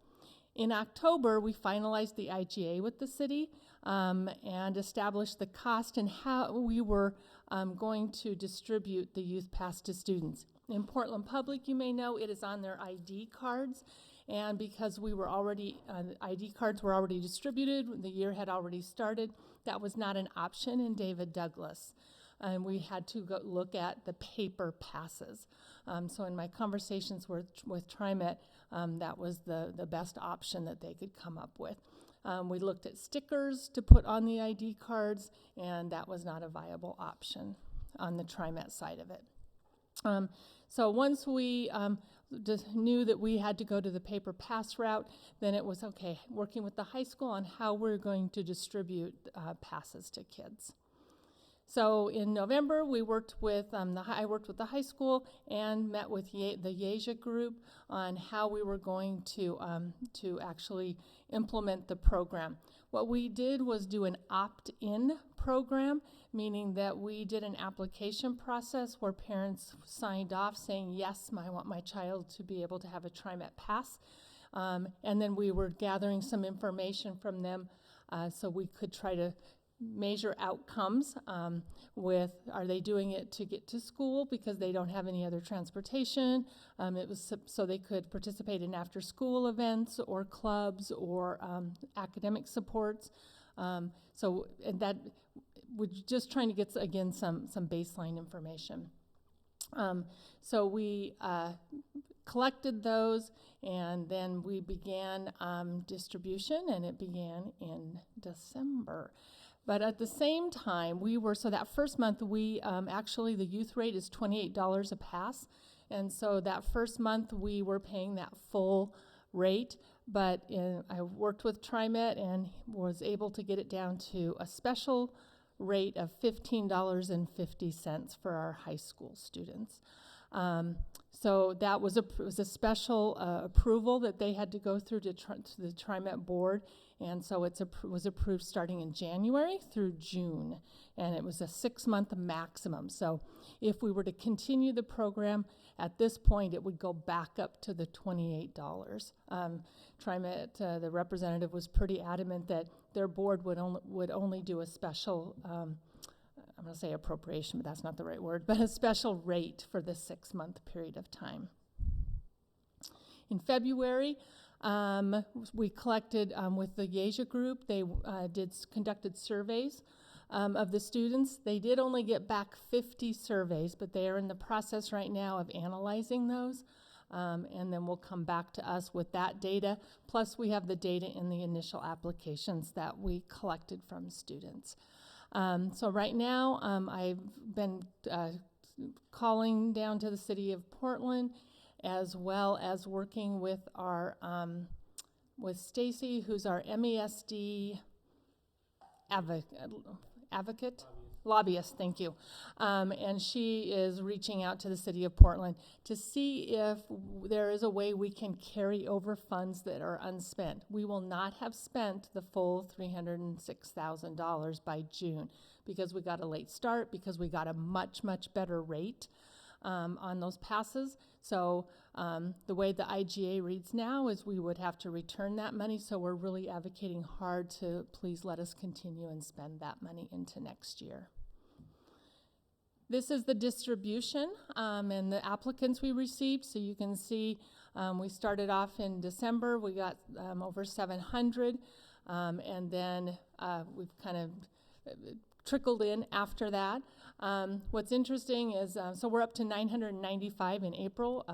Students that have applied that are eligible, we assign them a pass and have them ready for them to pick up. But you can see only about 66% of the kids actually pick up the pass.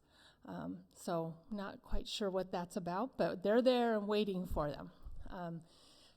If you want, TriMet just went to a HOP Pass program, which is a card, and then we load it with money on our end, and we're not using that with the high school at this point.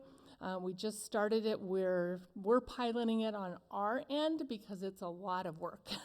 So we're getting used to it on what that looks like on our end, and we're piloting with some of our programs that are some of our students that are in outside programs, so we can get used to it. And then starting next year, all of our TriMet passes will have to be the HOP Pass. So with those 33% of the kids who didn't pick them up, did we pay for that? Right now, we are able to, any unused passes, we collect back at the end of the month, and we return to TriMet, and we're refunded that money. Yay. Yeah. With the HOP Pass, it's a little more labor intensive, again, on the back end of that piece. So if people were successful, I think that people maybe, of getting the city to allocate the same amount of funds for next year, even though it's not in their budget for this year, if we paid $28 per pass per month, we'd be able to serve about a third of our high school population. Yes. Okay. Yeah. Which is about what we're doing right now with that number.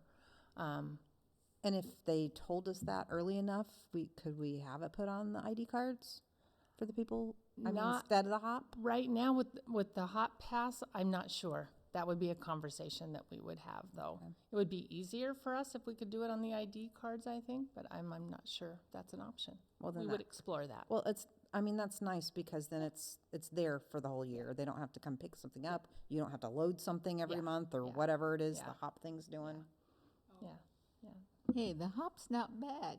No, Mine no, but if, automatically loads. You no, can but automa- if the office has to do something to load Yeah. each students every month, then that might, I don't know if that's the process or Yeah, not, yeah, but we have to that actually, seems- every card has a number and we have to assign that number to each person. So it's not like we have a stack of cards and we can just Right. hand them out like that. This is Brooke's card, this number goes to Brooke. Yeah. So, So that's the part, not the students' Yeah. end of it. I'm worried about the office's end of loading the cards up. yeah. Okay, and I'm sure Portland Public was thrilled that we got some of that money this year. Yeah. Okay, because they didn't get it all. Yeah. But yes. Yeah, yeah. Okay. If we don't, if we're able to continue spending the money that was appropriated this year, we will go into through December into January without any additional funds needed to be able to continue to supply that number That same of amount. kids with passes, which is really incredible. So you didn't have qualification for No. need? You Just parent signature. And we heard from some parents, they really wanted to be able to know that their child was getting a pass. Just informally, we'd heard from some parents when it was public that we were going to be implementing the program, that they really wanted to be able to say, I know my child is getting a pass and I'm fine with it. So that's why we chose to do the opt-in program this year. Have you heard anything from parents or students about the proposed cut? Other than the advocates, like is there an awareness that? I have not. I don't know if Mr. Richardson has. Other than those, like you said, the advocates or who are in the know, I haven't heard from the high school specifically about kids saying, whoa, this is going away. Yeah. So, no. I'm just imagining December, January rolling around and then getting a lot of angry people at the board meeting. Like, I wonder if there's something we can do to raise the visibility. Yeah, we can communicate 1 and 2. That's if they even let us carry Right, the funds if they over. let We us. might not have a youth That's pass true, at all that's true. all year next year. Right. And I do want to reach out because Frida asked, we had the system in place. We could have basically sustained all of our students. Yeah. And that's actually because a lot of hard work from Barb and that negotiation process to get that 28 down to 1550. So I do want to thank Barb. I want to thank Linda Vansel, who couldn't be here tonight. And then Euasia, the group themselves, and we have students that have just been tireless involved at lunches and recruiting and asking and supporting. And the leadership at the high school, the kids. So it's been a good program. You see some of the access. It's not every student needs and or wants it, but there are those who do. At this point, our understanding is there's no funding, so our plan, we're really working on can we carry the funds over just for something, and at which point we might even look at a little different process, putting need-based or putting some sort of criterion rather than just opening it up. We just knew we had the resources that we could open it up this time. Well, I understand on the transportation bill that Oregon passed that there was a big chunk going to TriMet because that was supposed to help fund low-income fare passes for adults. But I don't know if people are targeting that money for youth passes as well, because last I heard from the mayor, it wasn't going to be covered. No, it's not in the budget, but there is a lot of advocacy out there right now from the youth. So we'll see how that goes. His statement was it's not a core service of the city, and if you look at history, how it came about, it really isn't. Yeah. It's just something a mayor started, and it just kept up because Portland felt they should keep getting it. Yeah. Well, the high school has been really instrumental in making it all work, dedicating some staff and Linda Vansel's leadership and the youth. They're the ones that are actually distributing and sitting at tables and distributing at the beginning of the month, and so that's been tremendous. Anything else? All right. Thank you, Barb. Thank you. Okay, on to number 11, committee reports, the Equity Committee report and board discussion of a long-term permanent committee / committee assignments appointed by the board chair. I don't think that was, so We have two equity committee members. Yeah, we do. here. So, Hear it. so where this came from, by the way, well, first equity committee report.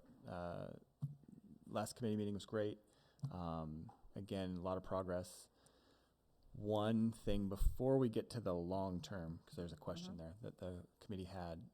One thing just to share with the board, the equity committee is actually not the equity committee, it is the racial equity committee. And so that the board is aware, there may potentially be members of the community that come and have concerns around equity that they figuratively may feel that the equity committee is not addressing. We don't have a board committee that is an equity committee. We don't. That's not what that committee chose to name itself, or how do we want to say that? Just that I think they were looking at equity through a racial justice lens. Yes. So and that was the focus of the committee. Just so that the rest of the board is aware, if someone comes up and says, you know, they're not addressing equity under this lens, that's true. It's totally true. At some point, if the committee itself decides through its members that it wants to be an equity committee that has subcommittees, that certainly is possible, but that is not what exists right now. So just making sure that the board is aware of that in case. So what you're saying is that it's not a committee of the board, it's a committee of the community, so to speak. It is That's a it is board a committee. it is a board committee. So like any other board committee, it's public. They post a public meeting. Posted public meetings and stuff. So it is the board. The board chose to have a board committee around equity. Okay. And the people that, the community members and all that joined, and when we looked at what, well, I'll say it this way. Anyone who's willing, and I know that my peers here will understand what I mean, anybody who's willing to give of their time, right? That's appreciated, very much so. And so when you have somebody giving of their time, you seek to find ways that the time they're giving is based on their passion. And the people that are on that committee, that is their passion. So again, I would just wanted to make sure the board was aware that if somebody comes and says, I'm at these meetings and they are not addressing LGBTQ or ambulatory equity, you know, yeah. That is true. It's a true statement.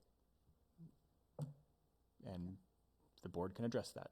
So, so that's that. As far as the comment that's here, the committee was talking just in open forum and discussing things and said, well, this is going to be, some of the committee members, not board members, but some of the committee members were like, well, this is going to be a long-term thing. This is what this is. And you know, we're planning for years to come.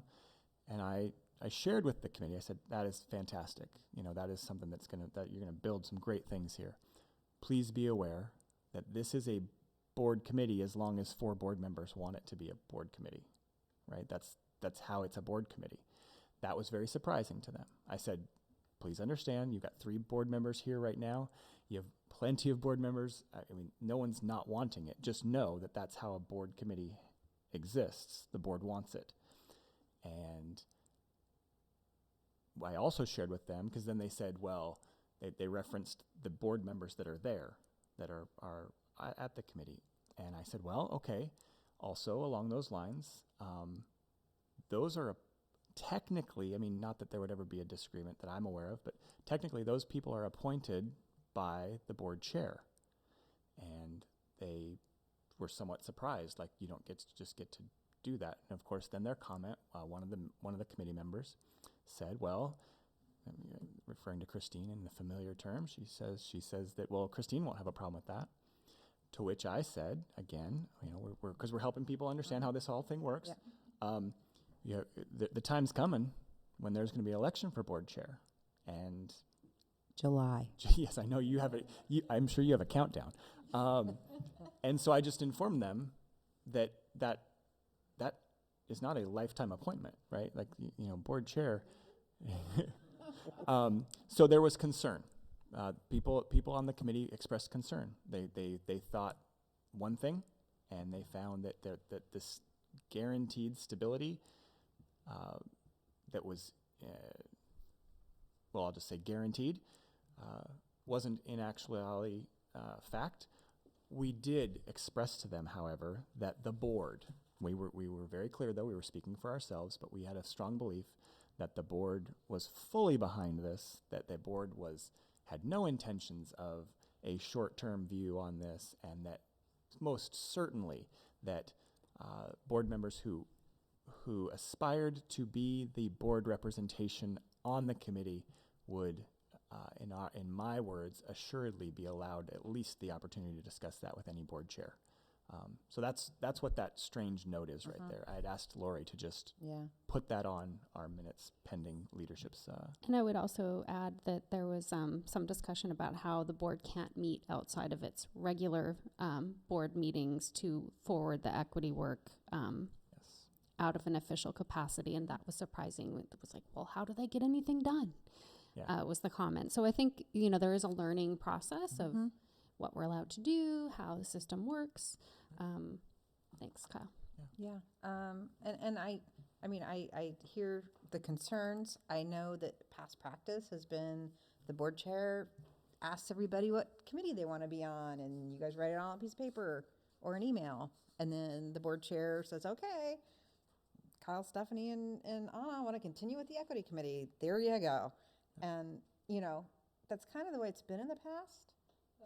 Given that it has been intense to me that, because I serve as the board representative on the foundation for 25 years. So I exactly, right? Yeah. I think I don't see that changing, Absolutely. But they do need to recognize, because a board member might step down that's on the committee, so someone else would have to replace them.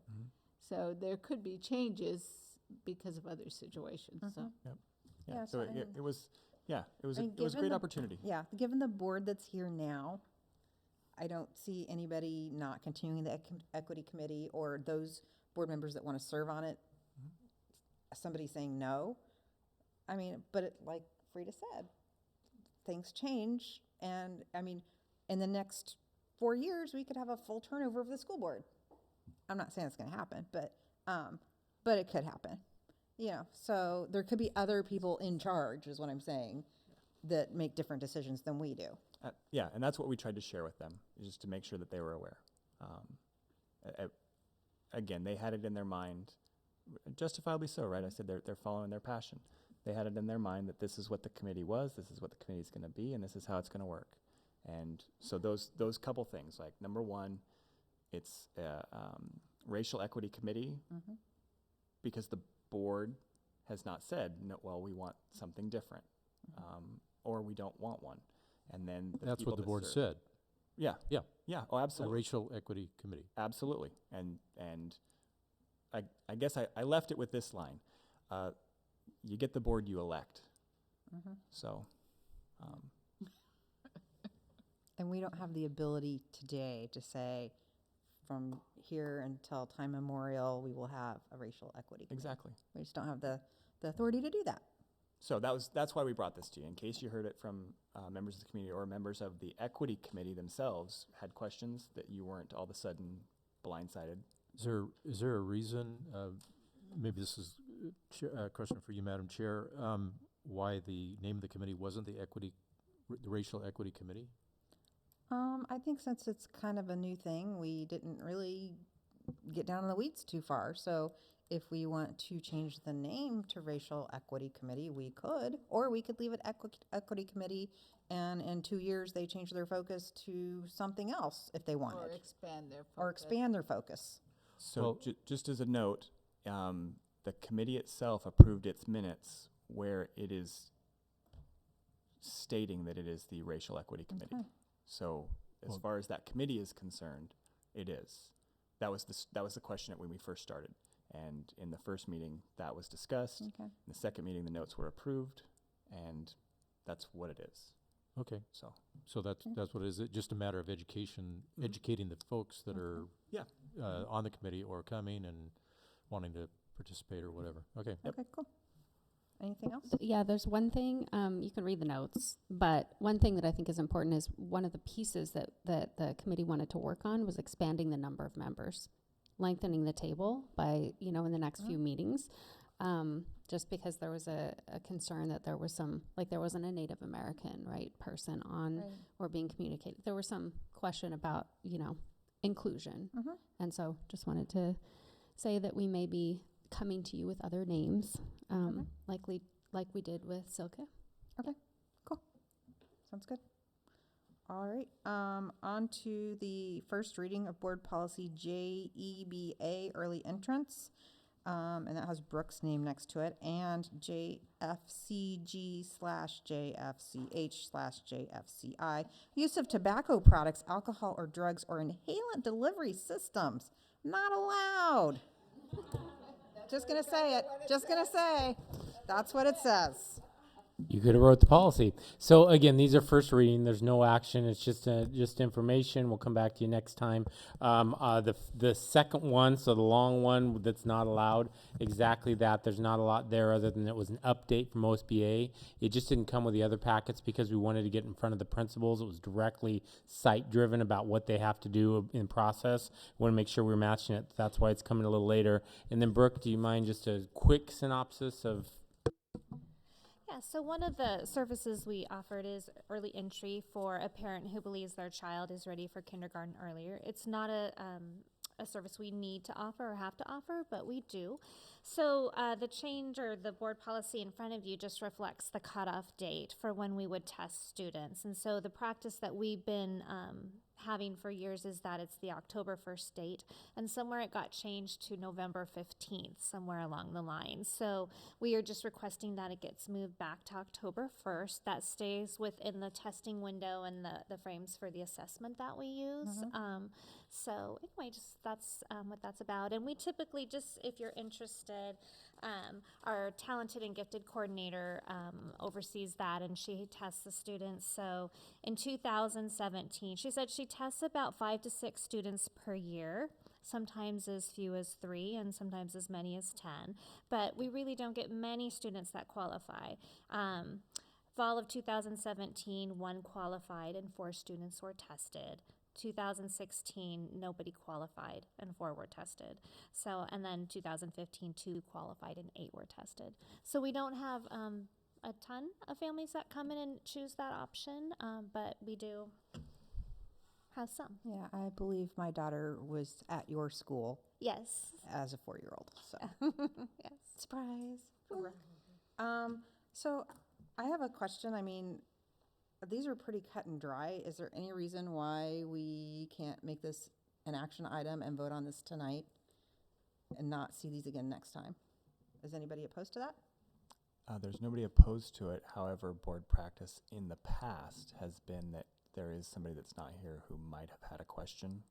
Okay, well, So- yeah, Anna's not here, so I'm okay with that. So we'll look at them again next time. Be ready for that. Hopefully there's not like a big old package of other ones next time to go with it. Okay, on to other business future agenda items.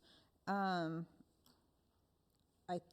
know that Ken has some things, but I don't know what his things are, but graduation, be there, be square. It's What do we wear? Sunday church clothes, but I don't go to church, so Mosque clothes. So Yeah. I'm gonna wear something I wear to work. It can get very warm. Business casual, and like I said in my messaging, and I know there's been years where they've wondered where I am because I'm not there yet at graduation, and I arrive at the last minute. But literally, if you get there very late, you will park in the back 40, and it is not well lit. So it's fine when you park there, but when it gets done, you're really walking around University of Portland in the dark by yourself. It's not awesome. So get there early, or we could carpool. So that's on June. May. June 6th. Oh, Graduation. June June 6th, 6th yeah. and June June 1st for Ridge. June 1st for Ridge 6th. And we will probably get some things for a GED ceremony and other ceremonies that are not in the regular line of graduation, but there's some GED, there's GED and there's something else, right? Is there another one beyond GED? Anybody know? GED. Oh, well, then I guess, 2 graduation ceremonies. And I've already let Lori know I can't be there because I'm going to be in Denver. My son's Yeah. getting married. For Ridge. I am literally flying in the morning of the 6th so I can be at graduation. Just 3 quick things. I know the time, but these are all things that are fairly time sensitive and in order of importance. One's very low level, just a communication to the board. We had a request from the Elks Club if they could get or acquire the elk sign that's on the side of the building. And I think that's more, I'm not looking for a board decision. I'm looking you that I'm going to support that and allow them to come get that elk. So someday we're demoing that building. We have asked, we are going to make sure that they have insurance waivers. So when they're taking it down, that they're doing that. And 2 is that they reseal up the building for any holes so they don't make it worse, which they're very willing to work with us on. I just wanted you to know if someone drove by and said, well, someone's taking the sign down, that basically I've approved that and that's going to be happening. The second one is a little bit of a heads up to you, and I'll be sending more information as we find out. Alisot Middle School does have some pretty significant construction going on this summer.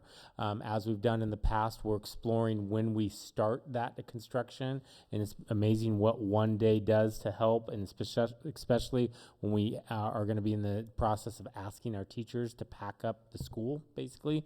So we are considering and looking at the very last half day of school, eliminating that as a school day, having that half-day assembly be on the day before it, and then that last day just be work day, so not having last students. We still have to go through a process. We want to see exactly what's needed. We're going to walk through the operations. We're going to walk through with the principal, kind of see how big this scope is. It's fairly consistent with what we did in the past when we were doing construction, but I just wanted you to know we are considering that, and if we make that decision, obviously, whether it's at a board meeting or an email, I'll let you guys know that we're making that decision and why, but it is in consideration now. And that's for Alisot only, right? That's only That's Alisot. not licensed for all children in the district to celebrate getting out school a half day earlier. That's correct. That's correct. And this one's a little bigger. Again, I told you order, or I'm imagining. So I received a phone call today. It was actually scheduled from Chair Kafori, and she communicated with me, and this is good. She reached out to me to give us a heads up that they are planning to basically build or use some of their facilities for a homeless shelter. And the good part is they're communicating. They're reaching out to us in advance. But I wanted the board to know, because she was more than willing to come talk to the board. She's actually going to go meet with our Mill Park principal. They're trying to go through a process of communication much better than occurred in the last situation with the Hanson. Which building? Yeah, so it's the... So they're closing Hanson and opening a different one. That's correct. So the parole, so it's what, at 1245, it's between Mill... or Main and Market. They have a parole building there right on 122nd. Yeah, I didn't even know what it was, but it's that building right across from the fire station, basically, or kind of. Yeah, there is a kind of an area there, and there is That- a Multnomah County sign. That building they're planning to use as a homeless shelter. And again, they're trying to go through the communication process, reaching out the board, the school district, the community, to make sure they do it right and what they're doing. The plan is around August, is what she said, for it opening, which is about the same time Hanson's shutting down. By the way, she did say they are trying to put a plan in to serve the individuals and community members right now in the community that are homeless. I specifically asked, there's this perception sometimes that we open and build and then we bring in when we have a problem right here. We have people who need support right here in our community. And she said they were going to try to do that. She didn't have a hard answer what that looked like. But at this point, she was reaching out to start the communication process, more communication to come. And I know I'll be meeting the principal, Bob Stell and myself will be meeting with her to kind of talk about Mill Park. That's our closest elementary school. Did they say anything about the population? That's what my question was. As far as... Is it going to be families? Is it going to be men, single men, couples, women? Moving Hanson to No. that? What she did say, it was not moving Hanson. I specifically know that the conversation was not, it's just moving Hanson. That wasn't the intent. Okay. But I honestly don't know. I don't know if I asked the question, but I don't have the answer on top of my head to say women, males, or families. I don't know. Well, and then also in Hanson's case, that was, I mean, it's a low barrier shelter, so while they can't use drugs on the premises, they don't have to be clean.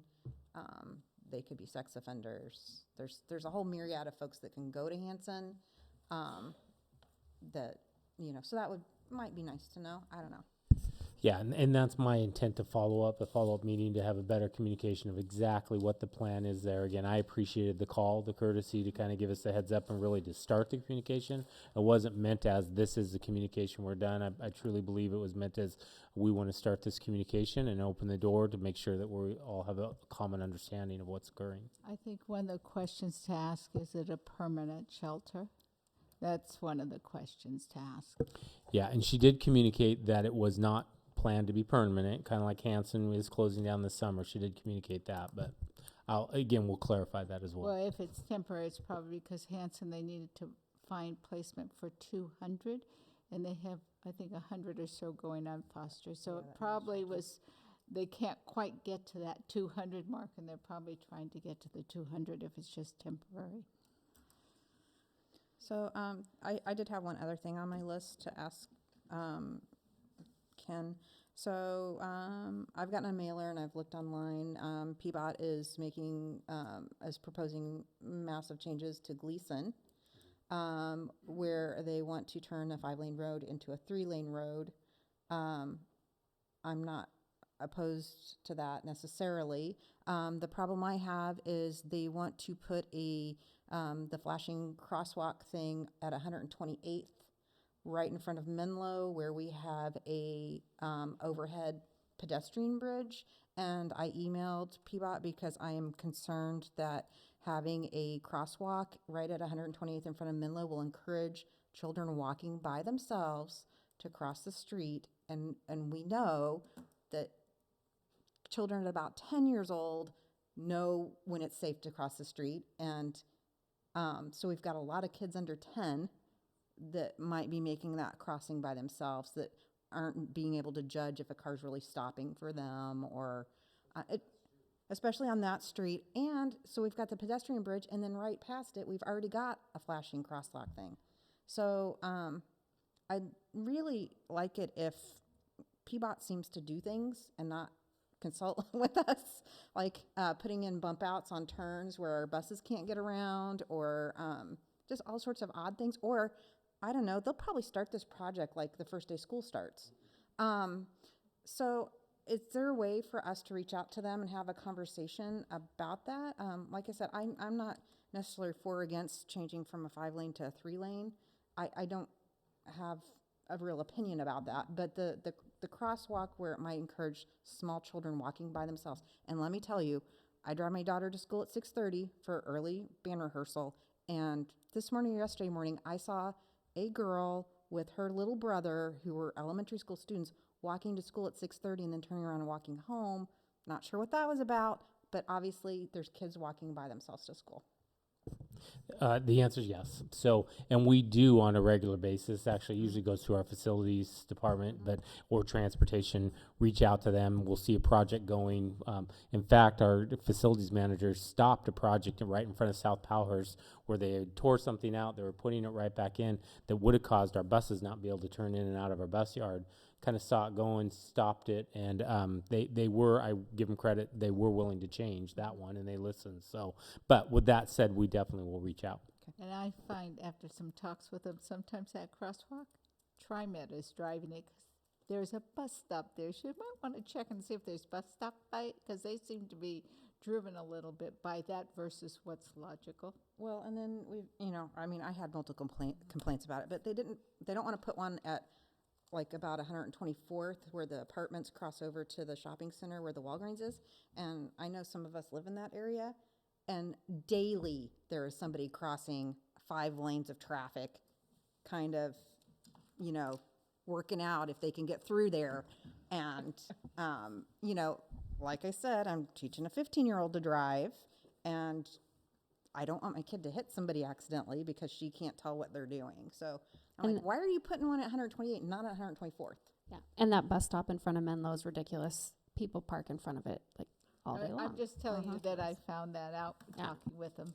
But I don't think it's going to happen this year because I saw a list and I don't remember seeing Gleason on the list. Oh, they've got a big campaign. They sent us mailers in the mail. No, but they might be starting the outreach. Yeah, but not they the are. actual But they're supposed to start this construction. fall. So that should be in next fiscal year's budget. Didn't see it.